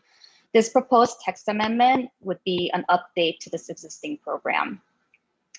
FRESH aims to encourage more supermarkets in underserved areas of the city and to increase accessibility to fresh foods. Also, the recent pandemic highlighted the importance of having supermarkets nearby more than ever. So as part of the department's broader goals for recovery, this update aims to help speed such economic recovery from the pandemic and to ensure neighborhoods have good access to fresh foods. So in 2008, City Planning released a study called Going to Market, which highlighted a widespread shortage of neighborhood grocery stores and limited food options in several communities. The study also found that in many of these places, pharmacies, convenience stores, and discount stores are typically the largest segment of food retailers, but they don't typically sell fresh products. So as a result, the FRESH program was created to encourage more construction of supermarkets. So as mentioned, FRESH was adopted in 2009, and the program actually has two components to it. So one is a discretionary tax incentives program that's managed by NYC EDC, and there's a zoning component to it, which is managed by us at City Planning. So what the map here on the slide is showing you are where these programs are eligible. So in gray are where the EDC tax incentives programs are eligible, and in green is where the zoning incentives apply. And there are areas where both of these programs are eligible, and that's illustrated in the darker green. So the discretionary tax incentive program provides tax breaks for supermarket operators and developers seeking to build or renovate new retail spaces. But more relevant for us today at City Planning, Fresh Zoning is a certification process by the chair of the City Planning Commission. And it provides one, reallocated residential square feet for every square footage of a fresh food store up to 20,000 square feet. An applicant can also apply for a 15 feet additional height to absorb this additional floor area but this would make it into an authorization process, not a certification process. And the difference between a certification and an authorization is that the authorization requires CPC approval, whereas certification is a non-discretionary action by the chairperson only. And in M1 districts or light manufacturing districts, a fresh store can build as of right up to 30,000 square feet, whereas currently the as of right square footage for a food store in M1 districts are 10,000 square feet. And lastly, an applicant can receive some parking relief with the Fresh program, depending on which district you're in. So since the adoption of Fresh in 2009, there are now 27 approved or certified Fresh projects citywide. And out of these, eight are now occupied by a supermarket operator, and the other ones are either in construction or on hold or in the application process. So we've actually seen more projects and interest recently compared to before. And as you can see in the map, more projects have taken advantage of the program in some parts of Brooklyn or in the northern Manhattan area. So in 2018, when we began assessing Fresh, we reviewed the supermarket landscape across New York City again and updated the supermarket needs index, which is what this slide is showing you. So the supermarket needs index, or what we at City Planning call an SNI, is a metric that we came up with to analyze the need for fresh foods or grocery stores across the city. So the map here shows the updated SNI, which combine 4 different variables such as walking distance, car ownership, families living in poverty, and trade area. And the dark gray illustrates where there is the highest need according to the SNI. What our analysis showed was that many of these neighborhoods outside the existing Fresh boundaries still remain underserved by fresh food stores. Our conversations with stakeholders and the general public also illustrated that an expansion of the program may benefit some of these areas. So while we understand that Fresh can't be a one and all solution per se, we are hoping that it will contribute to more New Yorkers to live within a comfortable walking distance to a store in their neighborhoods. And we're also hoping that this expansion may provide more affordable options due to increased competition and empower more consumers with better convenience and access. Along with our own analysis, there's been a citywide effort to improve food equity, including the mayor's 10-year food policy plan, which recommends expanding food benefits to reach more New Yorkers in more places and greater access to healthy, affordable foods. All New Yorkers deserve to live within a comfortable walking distance from a food store and to have choices about where to shop. So grocery stores are a fundamental component of neighborhoods, and the COVID pandemic made us realize this fact even more. So the expansion and improvement of the Fresh program will not only help speed the city's recovery, but it will meet the needs of communities that already have been struggling as food deserts. So moving on to the updates. The main updates we're proposing are 1, an expansion of the Fresh boundary into some of these high need areas that you just saw. We are also proposing to include a mechanism to prevent concentration of fresh food stores. We're also including modification to the glazing requirement for conversion projects and some modifications to parking requirements. And we're also clarifying the zoning text where we've gotten feedback where it's confusing. So I'll go through these one by one now. So first, we're proposing to expand Fresh in the 4 boroughs except for Manhattan in a total of 11 community districts. So the map here, the solid green is where Fresh already exists, and the hatch green is where we're proposing to expand into. And you can see the list of the community districts on the left in the table.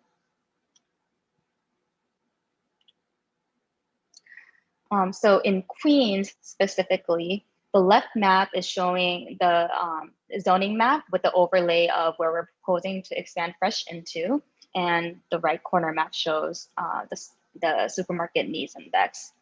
The ones that are mapped here are the only community districts that will be affected by the proposal, and these boundaries are based on the updated SNI as well as the city's overall land use policy goals in each of the borough and neighborhood. So you can see we're proposing to expand Fresh in some parts of Community District 1 near Hallett's Point. Also Corona and East Elmer south of LaGuardia, which also had a very high SNI. And the last is the Rockaways, which also shows a very high need for fresh foods and supermarkets, and we received a lot of support from the community. So another big update that we're making to the Fresh program is a mechanism to prevent concentration of fresh supermarkets. So I want to take a step back and then kind of put this into context. We currently have 27 approved fresh projects as of around February of this year. And out of these 27, around 15 projects were actually located in Best Side alone, Brooklyn Community District 3 and 4. So the Brooklyn office, as well as the Best Side community, they've kind of voiced their concerns about this, mostly because the concentration of fresh stores could potentially run existing supermarkets out of business, and also incentivize buildings that are bigger than what the underlying zoning permits. So in a nutshell, what we're proposing is that the reallocated residential floor area for a project within a half-mile distance to be kept at 40,000 square feet. What this means essentially is that within a half-mile radius, there would be 2 20,000 square feet large fresh supermarkets allowed, assuming that they take full advantage of the additional residential FAR. But obviously, if the supermarket size is smaller and if the reallocated residential floor area is smaller, there can be more than 2 or 3 supermarkets in the half-mile radius.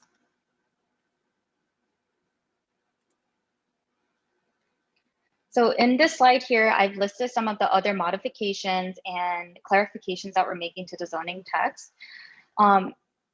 We will be removing the glazing or transparency requirement for conversion projects only. The current provision requires that 50% of the ground floor surface area to be transparent, but we've actually been told that this requirement is too costly and difficult to meet for conversion projects because sometimes you have to like tear down a wall or change the entire configuration. So we will be removing this rule for conversion projects only, but the new buildings will still have to meet this 50% requirement. And this is actually consistent with what we do for conversion in other parts of the zoning resolution. We're also modifying the parking rules because with the proposed expansion, Fresh now includes more lower density residential areas that wasn't included before. So currently, Fresh eases parking rules by requiring 1 parking space per 1,000 square feet of commercial floor area in most of the districts. But since we now have more lower density residential districts, in R3 through R5, Fresh will require 1 space per 400 square feet, which is more consistent with the neighborhood character. And then any excess floor area will have to follow the underlying zoning requirement. And lastly, we wanted to clarify what the definition of a fresh store is. So currently, the minimum requirement of a fresh store is that it is 6,000 square feet. What we want to clarify in the text is that the 6,000 square feet of selling area must be contiguous and located on the same floor. So you can't have like a 2,000 square feet on the ground floor and 3,000 on the second and another 1,000 on the third floor. And we're clarifying this because we wanted to ensure that a good portion of the supermarket is actually guaranteed for good access. We're also trying to redefine the distribution of perishable and non-perishable goods within a supermarket and provide more flexibility for supermarket operators. So the current requirement to have 80% of selling area be food, we've actually been told that that's really difficult to meet and it doesn't have enough flexibility for supermarket operators. So we will be modifying this to be 60% of selling area to be food and leaving 40% as flex space for operators to decide. Lastly, we're changing the rules for the restrictive declaration. So right now, fresh projects are required to have a restrictive declaration, which is basically a legal agreement to have the supermarket in place in perpetuity. But this requirement could make the application process a bit more arduous. So we're not going to require a restrictive declaration for fresh projects that don't increase their residential floor area. And our reasoning behind this is that if a fresh store or if a food store is already an as of right use and the building is not bigger than what the zoning permits, then there's no need to really require this legal agreement. So that concludes my presentation on Fresh. As Jen alluded to earlier, we do have a dedicated email for Fresh, so please don't hesitate to reach out to us, and we will now open it up for any questions. Thank you.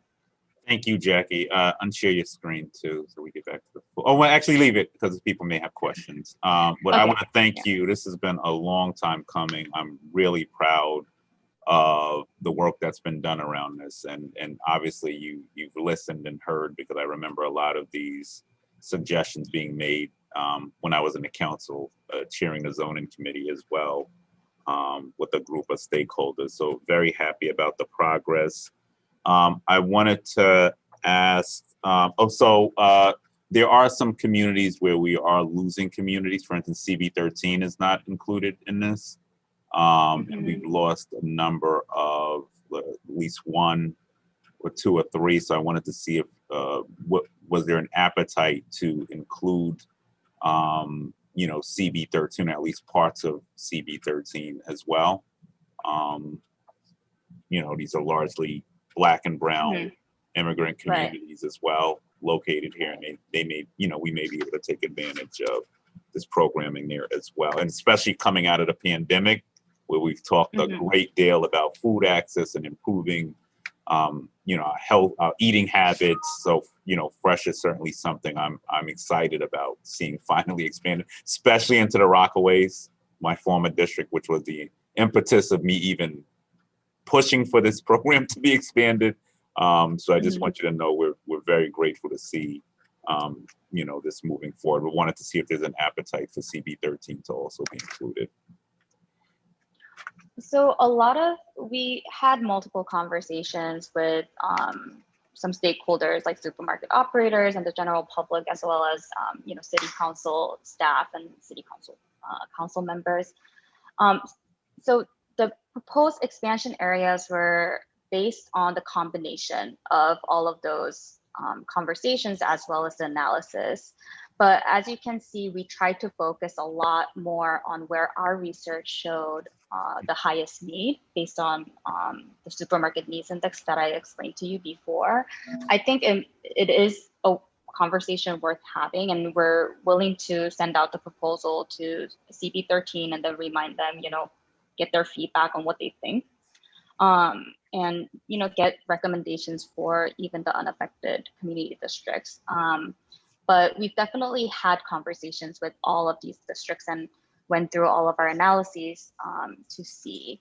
I can try to contact the CB13 Borough Planner for Queens as well, and to see if there is a specific appetite, and I can definitely follow up with him or her. Okay, great.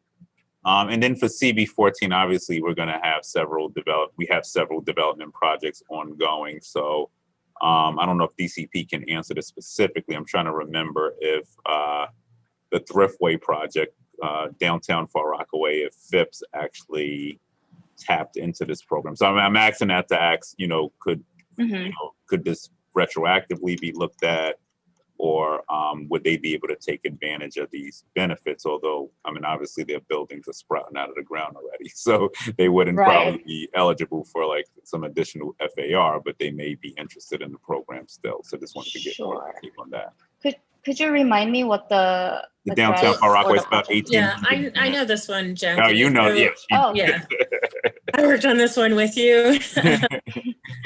So, but yes, at this time, we have not had Phipps come to us trying to seek certification for this. It is, we have worked on the certifications for the plazas and the street systems. It is certainly something that if you'd like, we could reach out to them and make sure that we're sort of sharing knowledge of this. I think at this time, given how fixed their designs are, I don't know that they would be really benefiting from the core area incentives here ultimately. So it likely may not be something that they pursue, because it would essentially just kind of add time for them without real benefit ultimately, especially because they are located within a special district that was already created sort of with full knowledge of what types of program we were trying to facilitate in that particular sub-district.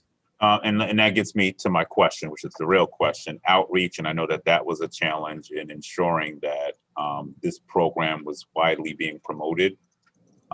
So I'm hoping we're going to have that. Also, one of the things I remember going back to my days in the council, we talked about is having a specific unit or hotline, because a lot of operators were having challenges in figuring out the red tape and figuring out how to navigate the program. So I definitely want to see, you know, DCP having a dedicated line. And that's something I forgot, the supermarket, not the union, but the blanking on the advocacy group that does a lot of work with supermarket operators. But that was one of their number one complaints going back then. So I'm hoping that we'll have a dedicated line, dedicated staff, and we're going to certainly recommend that, put that in our recommendations so that operators know how to navigate this program and can troubleshoot with you and if they have issues. So I just wanted to put that out there as well. Thank you. If I could add, Jackie, also, it's worth mentioning that EDC also runs an incentive program. There are also financial incentives to encourage fresh supermarkets that work in tandem with the zoning incentives. And those are generally apply more broadly than where the zoning applies. So there may, in those areas where the zoning bonus, or sorry, the zoning incentives don't apply, there may be financial incentives that store operators are eligible for. So if there's a project that was a retail space and there's an operator that wants to move in, the financial incentive may just tip the scale enough to make that project worthwhile to do a grocery store. And also EDC and the Mayor's Office of Food Policy may also, we can follow up with them on ways to promote and support grocery store operators that want to use the program. All righty, thank you. All right, I'm going to go to Dolores Orr first, CB14. Thank you. So BP, you kind of stole my question there about downtown Far Rockaway. But let me ask you, can you explain a little bit what a conversion project would be? So what would be the incentive for a conversion project? So a conversion project would be, for instance, I'll try to just give you an example. So let's say in a like M1 district, like manufacturing district, there was a warehouse where the fresh program actually applies. And if it no longer wants to be a warehouse, but put in a fresh supermarket, when it's a change of use, it will be considered a conversion project. So it'd have to be a change of use. So downtown Far Rockaway, they're putting a supermarket there.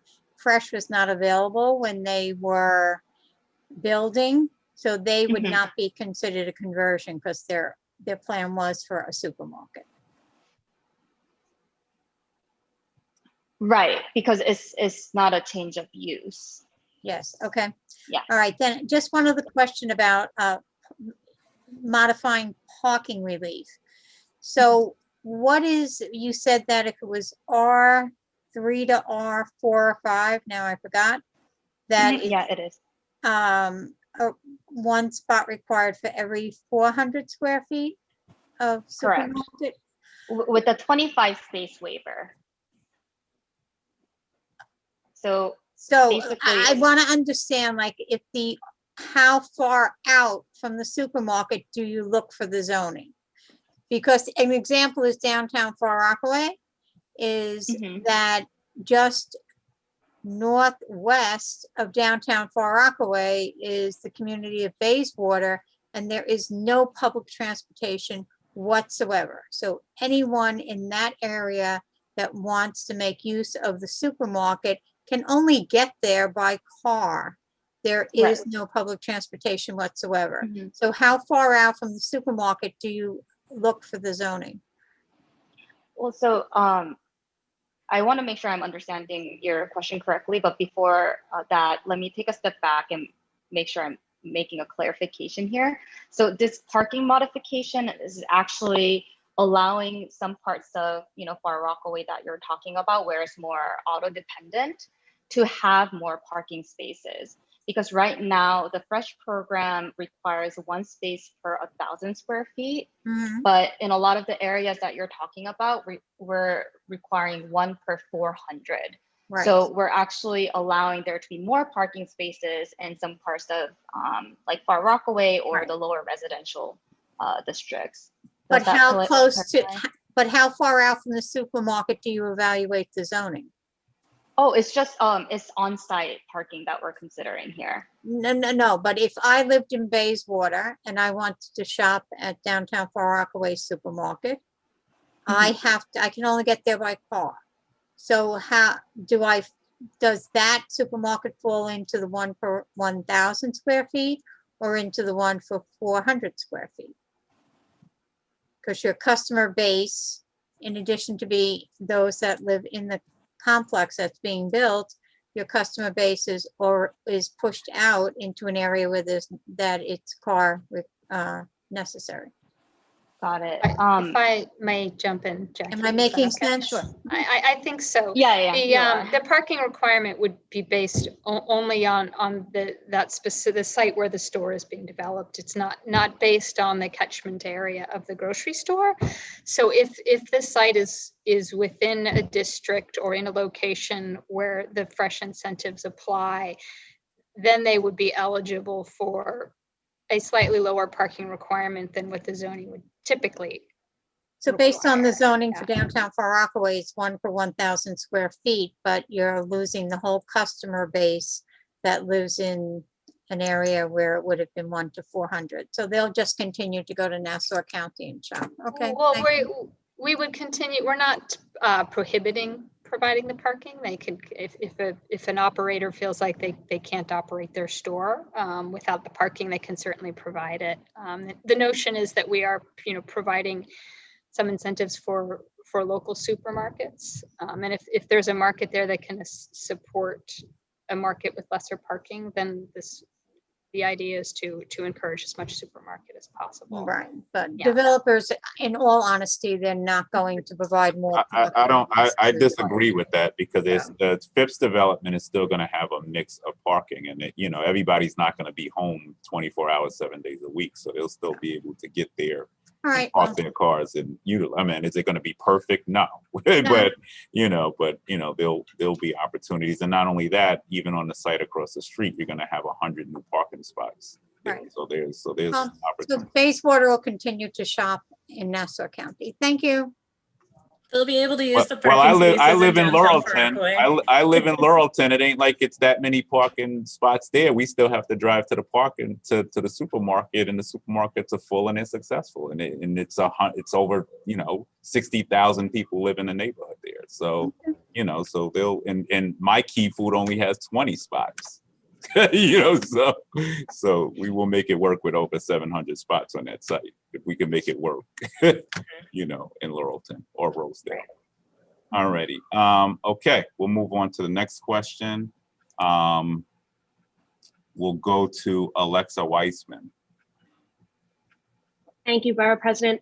I have a procedural question just about the voting for these amendments. And we're not voting on these tonight. I know, but in July, are we voting on all 3? And are community boards that are not included in the expansion going to be voting for this fresh text amendment or fresh proposal? I guess that's an Irving question. Or Well, it's being, the fresh provision here is being referred to the community districts where it is applicable. So since community boards, for example, is not within the geography, then they will not be required to weigh in on this. Some of the changes to the program apply in areas where it exists today. So it's both those. So on the map here, those areas that are in green as well as hashed, well, correct me if I'm wrong, Jackie, they would be referred out to all those community boards, and those are the community boards that would vote on it.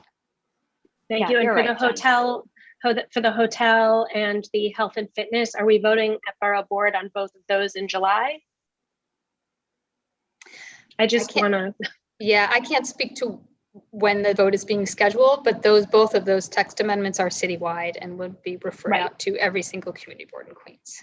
Okay, thank you. Borough President, Reverend Thorpe, I'm coming to you. Go ahead, Reverend Thorpe. I'm looking at this slide and it's stating that Community Board 12 has an existing fresh. You have fresh already, yes. And where is that one exactly? Community Board 12. Or where in the Community Board? I mean, city planning, you want to go through this? But it's applicable to your entire board, I believe. I don't think. Okay, so do we have anybody participating in that program as of yet? Jackie, have we had any applicant certifications No. come in for? We actually haven't. So I'm going back to this slide, sorry. So do you see the green Yeah. where fresh already applies? We actually haven't gotten any applications in that area. And she makes a valiant point. That's what I mean about, there's development happening in downtown Jamaica. And I know that that zoning predates anything, it went down in the early or late 2000s, but any developments coming up, like we should make sure that city planning is doing that outreach, where feasible and where possible. So Supton, Jamaica, you have these developments. I can't remember if all of them have ground floors and if they're going to have supermarkets, but we should be aggressive in ensuring that we're just not having these. So far, we haven't heard any of those developments considering supermarkets. And we did have on Guy Brewer and Archer, it was a lovely supermarket. When they came in, they never introduced themselves or said hello to the community board. They were just there overnight. They were there. And then all of a sudden, overnight, they shuttered. It was, like I said, it was a vibrant grocery store. And they just shuttered with the fruit and everything in the store, and you could smell it rotting. And it turned out it was just a placeholder for what they're building now. And that's one of the major concerns in Community Board 12, that these places will come in as placeholders just so they can do something larger. So I will actually say that we have had a few developers come to us wanting to pursue fresh projects in Community District 12, but to date, they actually didn't complete the program largely because they were not able to find operators to commit projects in those locations. And so I think one of the things that is really the bigger challenge is how do we get these various grocery operators who have the fresh foods that these communities are really literally hungry for? How do we really make them come to these areas? Because the developers in the past, Reverend Thorbes, thank you very much for sharing the situation that you did with respect to the shuttered operator. But in most cases, it has been situations where developers have wanted to pursue the opportunity, but the operators really have not been making themselves as available. So we certainly do hope that we can see that change in the future as this program expands in that location too. Thank you. Thank you. Yeah, just doing that outreach, that's so critical. And what I would say to all of the boards where this is applicable, when applications come, because we're going to see more development popping up, and we should be pushing for commercial overlays and pushing, developers to definitely, in the areas of high need, certainly where this is going to go, pushing to make sure they're aware of the program and maximizing opportunity to take advantage of it in areas like Corona and Far Rockaway, as Dolores said as well. So just wanted to throw that out there. Okay, I think I saw another question. I'm going to go to Lisa, then Brian. Just a very quick question. I want to clarify if the community board district isn't included in this text amendment, do we have to vote on it? No. No. No, you do Okay. not, Lisa. Fantastic. Sorry, it's not fantastic that we're not in it, but I think you are in it. I think LA. No, I mean, it says- No, do they have fresh already? No. No, they Oh, do not. well, yeah. Oh, okay. so is there a reason that we don't have fresh in CB2? Is it just, You're not a food desert. Well, Based on our analysis, at least. there aren't a lot of supermarkets there, but I can understand. It might be more profitable to build a supermarket there than for other places. You got a Anyway. Trader Joe's. Everybody's trying Yeah. to get Trader Joe's. Geez. Trader Joe's is coming, and some of those big plans. Oh gosh. All right. All right. Very funny. All right. CB13. Sorry, that's my bias. I love Trader Joe's. Well, see, Mr. BP, you just took away what I was about to say regarding the, well, we're not on the list, and I don't know if we're really a fresh desert, but what the issue is that if we are going to become one, it should be pushed to have organic foods, because just as you said, Trader Joe's and Whole Foods is where those within CB13 who are now vegan, vegetarians, are strictly watching the foods they eat. That's where they're going. So since we're not on the list and we don't have to vote on this, it's not expanding. I'm not that concerned, but if it is going to be expanded to 13, many people within 13 are right now looking at organic foods, not just fresh foods. They're looking at organic foods, which is why a lot of folks go to, as the borough president just said, Trader Joe's and Whole Foods. And that should be taken into consideration. But I don't know so much if we're really a desert, but I know we're a desert with regards to organic foods. I would say that. There's Stop and Shop on Merrick, there's Key Foods, there's Farm Beer, which has a lot of ethnic products for the community. And that's the need of within 13, and especially in the southern part, in the Laurelton, Rosedale, a lot of folks from the Caribbean look for specific products that are not from here in New York, America. They're from the Caribbean area, and that's what they look for. So if it is going to be expanded, if and when it does come to 13, I think they put that into consideration strongly. Look at the demographics, what's going on within 13. You go up in the northern part, there's a tremendous amount of fresh food stands up in the northern part of CB13. I mean, you can't help but seeing them.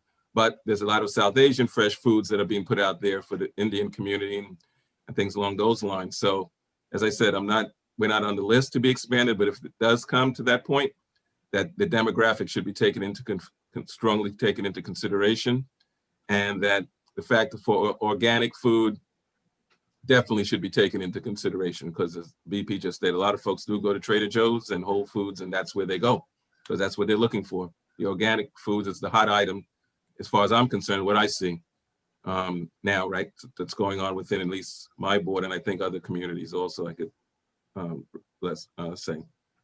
Thank you, Mr. BP. What's up? Thank you. All righty, are we done here? Okay, I see Miss Marielena. Yes, thank you, Borough President. No problem. I do definitely agree with the organic food. That definitely, I feel like we need it. Queens, the whole Queens needs that, more of that. And I just want to clarify, earlier was CB4, it's a proposed fresh. I just wanted to know where in CB4 and like what's proposed. CB4, let me go to the enhanced map. So CB4, where the hatch green is on the map on the left.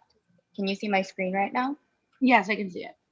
Yeah, that's where we're proposing to expand fresh into the hatch green. So it's on the east side, the east side of your community district. So when you say propose, like, is it already in the works that there's going to be a supermarket there, or you're just looking?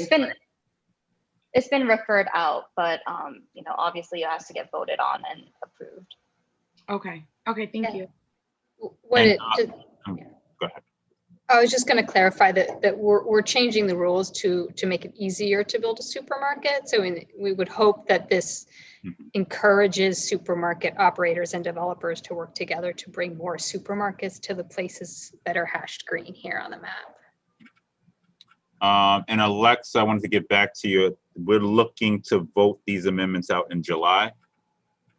So I know Irving will work on some dates, and so just if anybody feels they're not informed enough, I would hope DCP and others would come on, and whether it's a community board meeting or not, and clarify any questions or things that need to be worked on with you. So let's try to get that done. Thank you. All righty. All right. We're moving on from this. Okay. Now on to the last one. Okay, well, good evening. I'm Dylan Sandler. I'm a senior planner in the Housing and Economic Development Division at City Planning. I may need permissions as well to share my screen. Tiffany? But I will get started as that is occurring. Hi, Dylan. I made you a co-host. Okay, thank you. Bottom of the screen now. Do you see it? I do, thank you. Okay. So I realize it's late and we have a lot of text amendments before you. So I'll be fairly brief and just go through a few slides, and then I'm happy to answer any questions or go into additional details as helpful. So at its core, this text amendment is really just about cutting red tape for small businesses, and in particular for businesses that provide health-related amenities to communities. So this includes gyms, spas, and licensed massage therapy. The businesses that are most impacted by this include many things that we're all very familiar with. So this is the large commercial gyms like Blink and Planet Fitness, but also smaller independent gyms that exist around the city. This also includes fitness studios, so things like martial arts, cycling studios, Pilates, yoga, bar, many others. And it also includes therapeutic and wellness businesses, so spas and licensed massage therapy being the core facilities that fit in that category. Currently, there is a special permit that's required to open all gyms, spas, and massage therapy in the city. This is a special permit from the Board of Standards and Appeals, the BSA. And this was created in the 1970s specifically to address concerns about commercial sex that was occurring within businesses offering or describing themselves as massage or health clubs, primarily in and around Times Square. And at the time that this was created, New York City didn't really have the range of gyms and health facilities that exist today and that we're all so used to. So there were large nonprofits like the YMCA, but the kinds of commercial gyms from martial arts to cycling to rock climbing gyms really evolved since the special permit was created. And what that has meant is that a wide range of businesses that are overwhelmingly very legitimate businesses and things that communities really value are required to go through this special permit process that really makes businesses prove that they're not criminals and go through a criminal background check before they're allowed to open and operate in New York City. But things have changed quite a lot in the 40 plus years since this was created. There's been a lot of growth in this industry, a lot of demand from communities for these kinds of services. And there have also been changes around regulations, particularly related to massage therapy. So massage is now a licensed health professional. It's licensed by the New York State Education Department. And massage therapists, there's a registry of all licensed massage therapists that is publicly available to see where massage therapists are practicing. Yet these businesses continue to be required to go through this special permit. It's something that is very unique in zoning, and there's no other use that has to proactively demonstrate that they're not connected to criminal activity before they're allowed within zoning. The special permit is really onerous and particularly for small businesses. So it typically takes about 6 or 7 months to be granted a special permit to operate. And this can last up to a term of 10 years, and then businesses have to renew the permit. The cost is typically about $30,000 to $50,000. This is in architect fees, land use attorney fees, and businesses have to rent space that they can't operate in as they're going through this process. So it's really a major financial burden as businesses are trying to open and operate in New York City. In addition, the special permit is not applicable or not available in most C1 districts in New York. These are our local retail streets where we allow other commercial and retail services, but we things like laundromats and grocery stores and restaurants, but we don't allow gyms or massage or spas, even if they were to go through the special permit process. And then finally, at a time when vacancy rates are quite high along many retail streets, we want to ensure that our regulations are flexible enough so that businesses can continue to operate or continue to occupy those spaces. And in particular, within, in the context of the impacts on this industry over the last year and a half because of COVID, we want to make sure that these businesses can rebound and continue to serve New Yorkers. So getting into the details of the proposal, we are proposing to remove the BSA special permit that currently exists. Within zoning, this is they're called physical, culture, or health establishments. We would get rid of this inscrutable term and replace it with new rules that would allow gyms and spas as commercial uses that would be allowed as of right in New York City. The one distinction here is that for smaller gyms and spas, so those that are limited to 10,000 square feet in floor area, these would be considered use group 6 in zoning. So these would be allowed in all commercial and manufacturing districts where we allow a wide range of other retail uses and stores and restaurants and other commercial uses.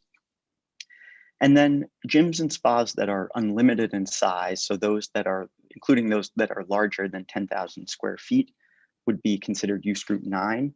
So these would be allowed in C2 districts and higher, and they would also be allowed in some very high density C1 districts, C1-8, C1-9, and C1 overlays that are mapped with R9 and R10 districts.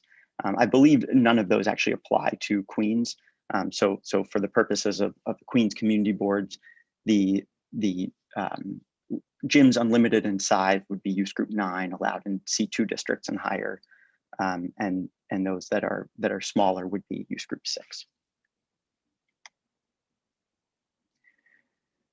We would, for licensed massage therapy, after removing the BSA special permit, we would treat these the same way that we treat other licensed medical facilities. So these would be considered ambulatory healthcare uses that would be allowed as use group 4A, or as a healthcare office, which is use group 6B. So these would be allowed in commercial districts, manufacturing districts, and they would also be allowed in many residential districts. So residential districts other than R1 and R2 districts. And again, this is consistent with other ambulatory healthcare uses. So today, a physical therapist could operate in, its use group 4A, or a dentist office or psychiatry. And this would kind of place licensed massage therapy within that category of other licensed health professions licensed by the state of New York. Also worth noting here that massage is illegal to practice anywhere in New York State without a license. And unlicensed massage would continue to not be allowed as a use anywhere in New York City according to zoning.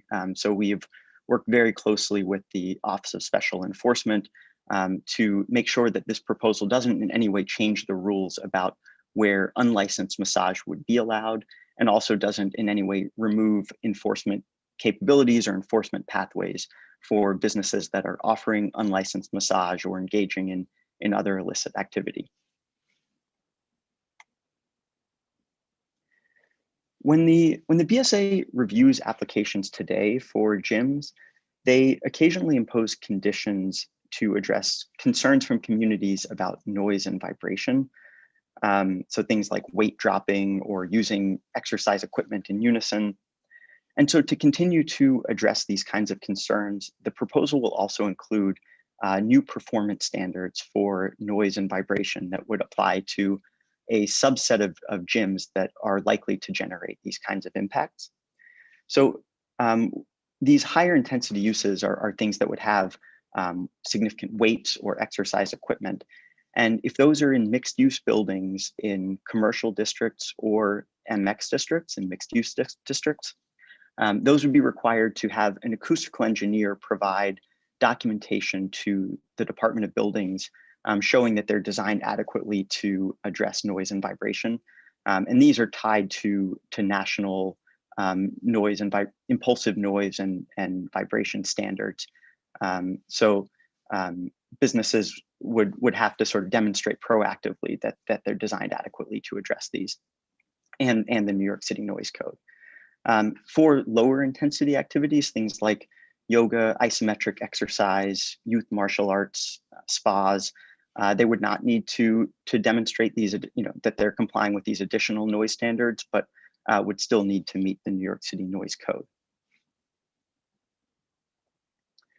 So those are all of my slides. I really appreciate the time to present this to all of you, and I'm happy to take any questions or provide additional details that's helpful.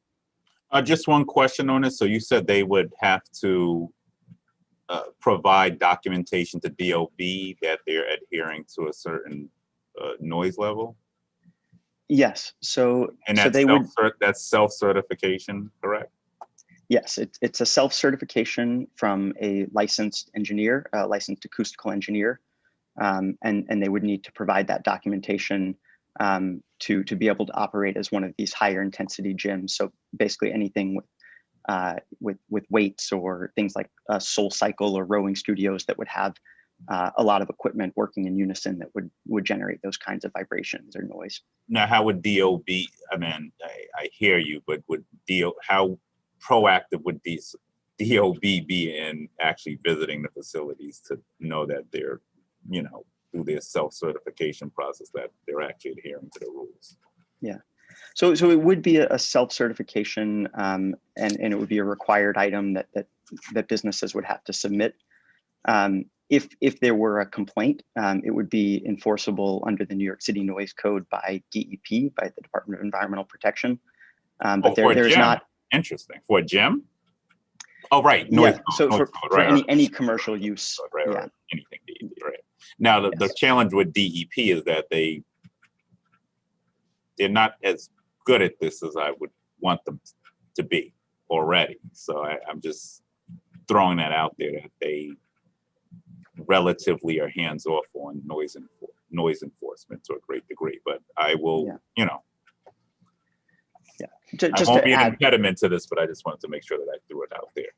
Right. Yeah. And just to add a little bit of context, so in developing this, we worked very closely with the BSA, who has a lot of experience in sort of managing noise and vibration in gyms specifically, and also worked with a committee of several of the leading acoustical engineers in New York, who worked with many gyms to try to come up with these standards and this process. We have consulted with DEP and DOB in developing these rules. All right, cool. All right, we'll go to any questions. Okay, I'm going to Alexa.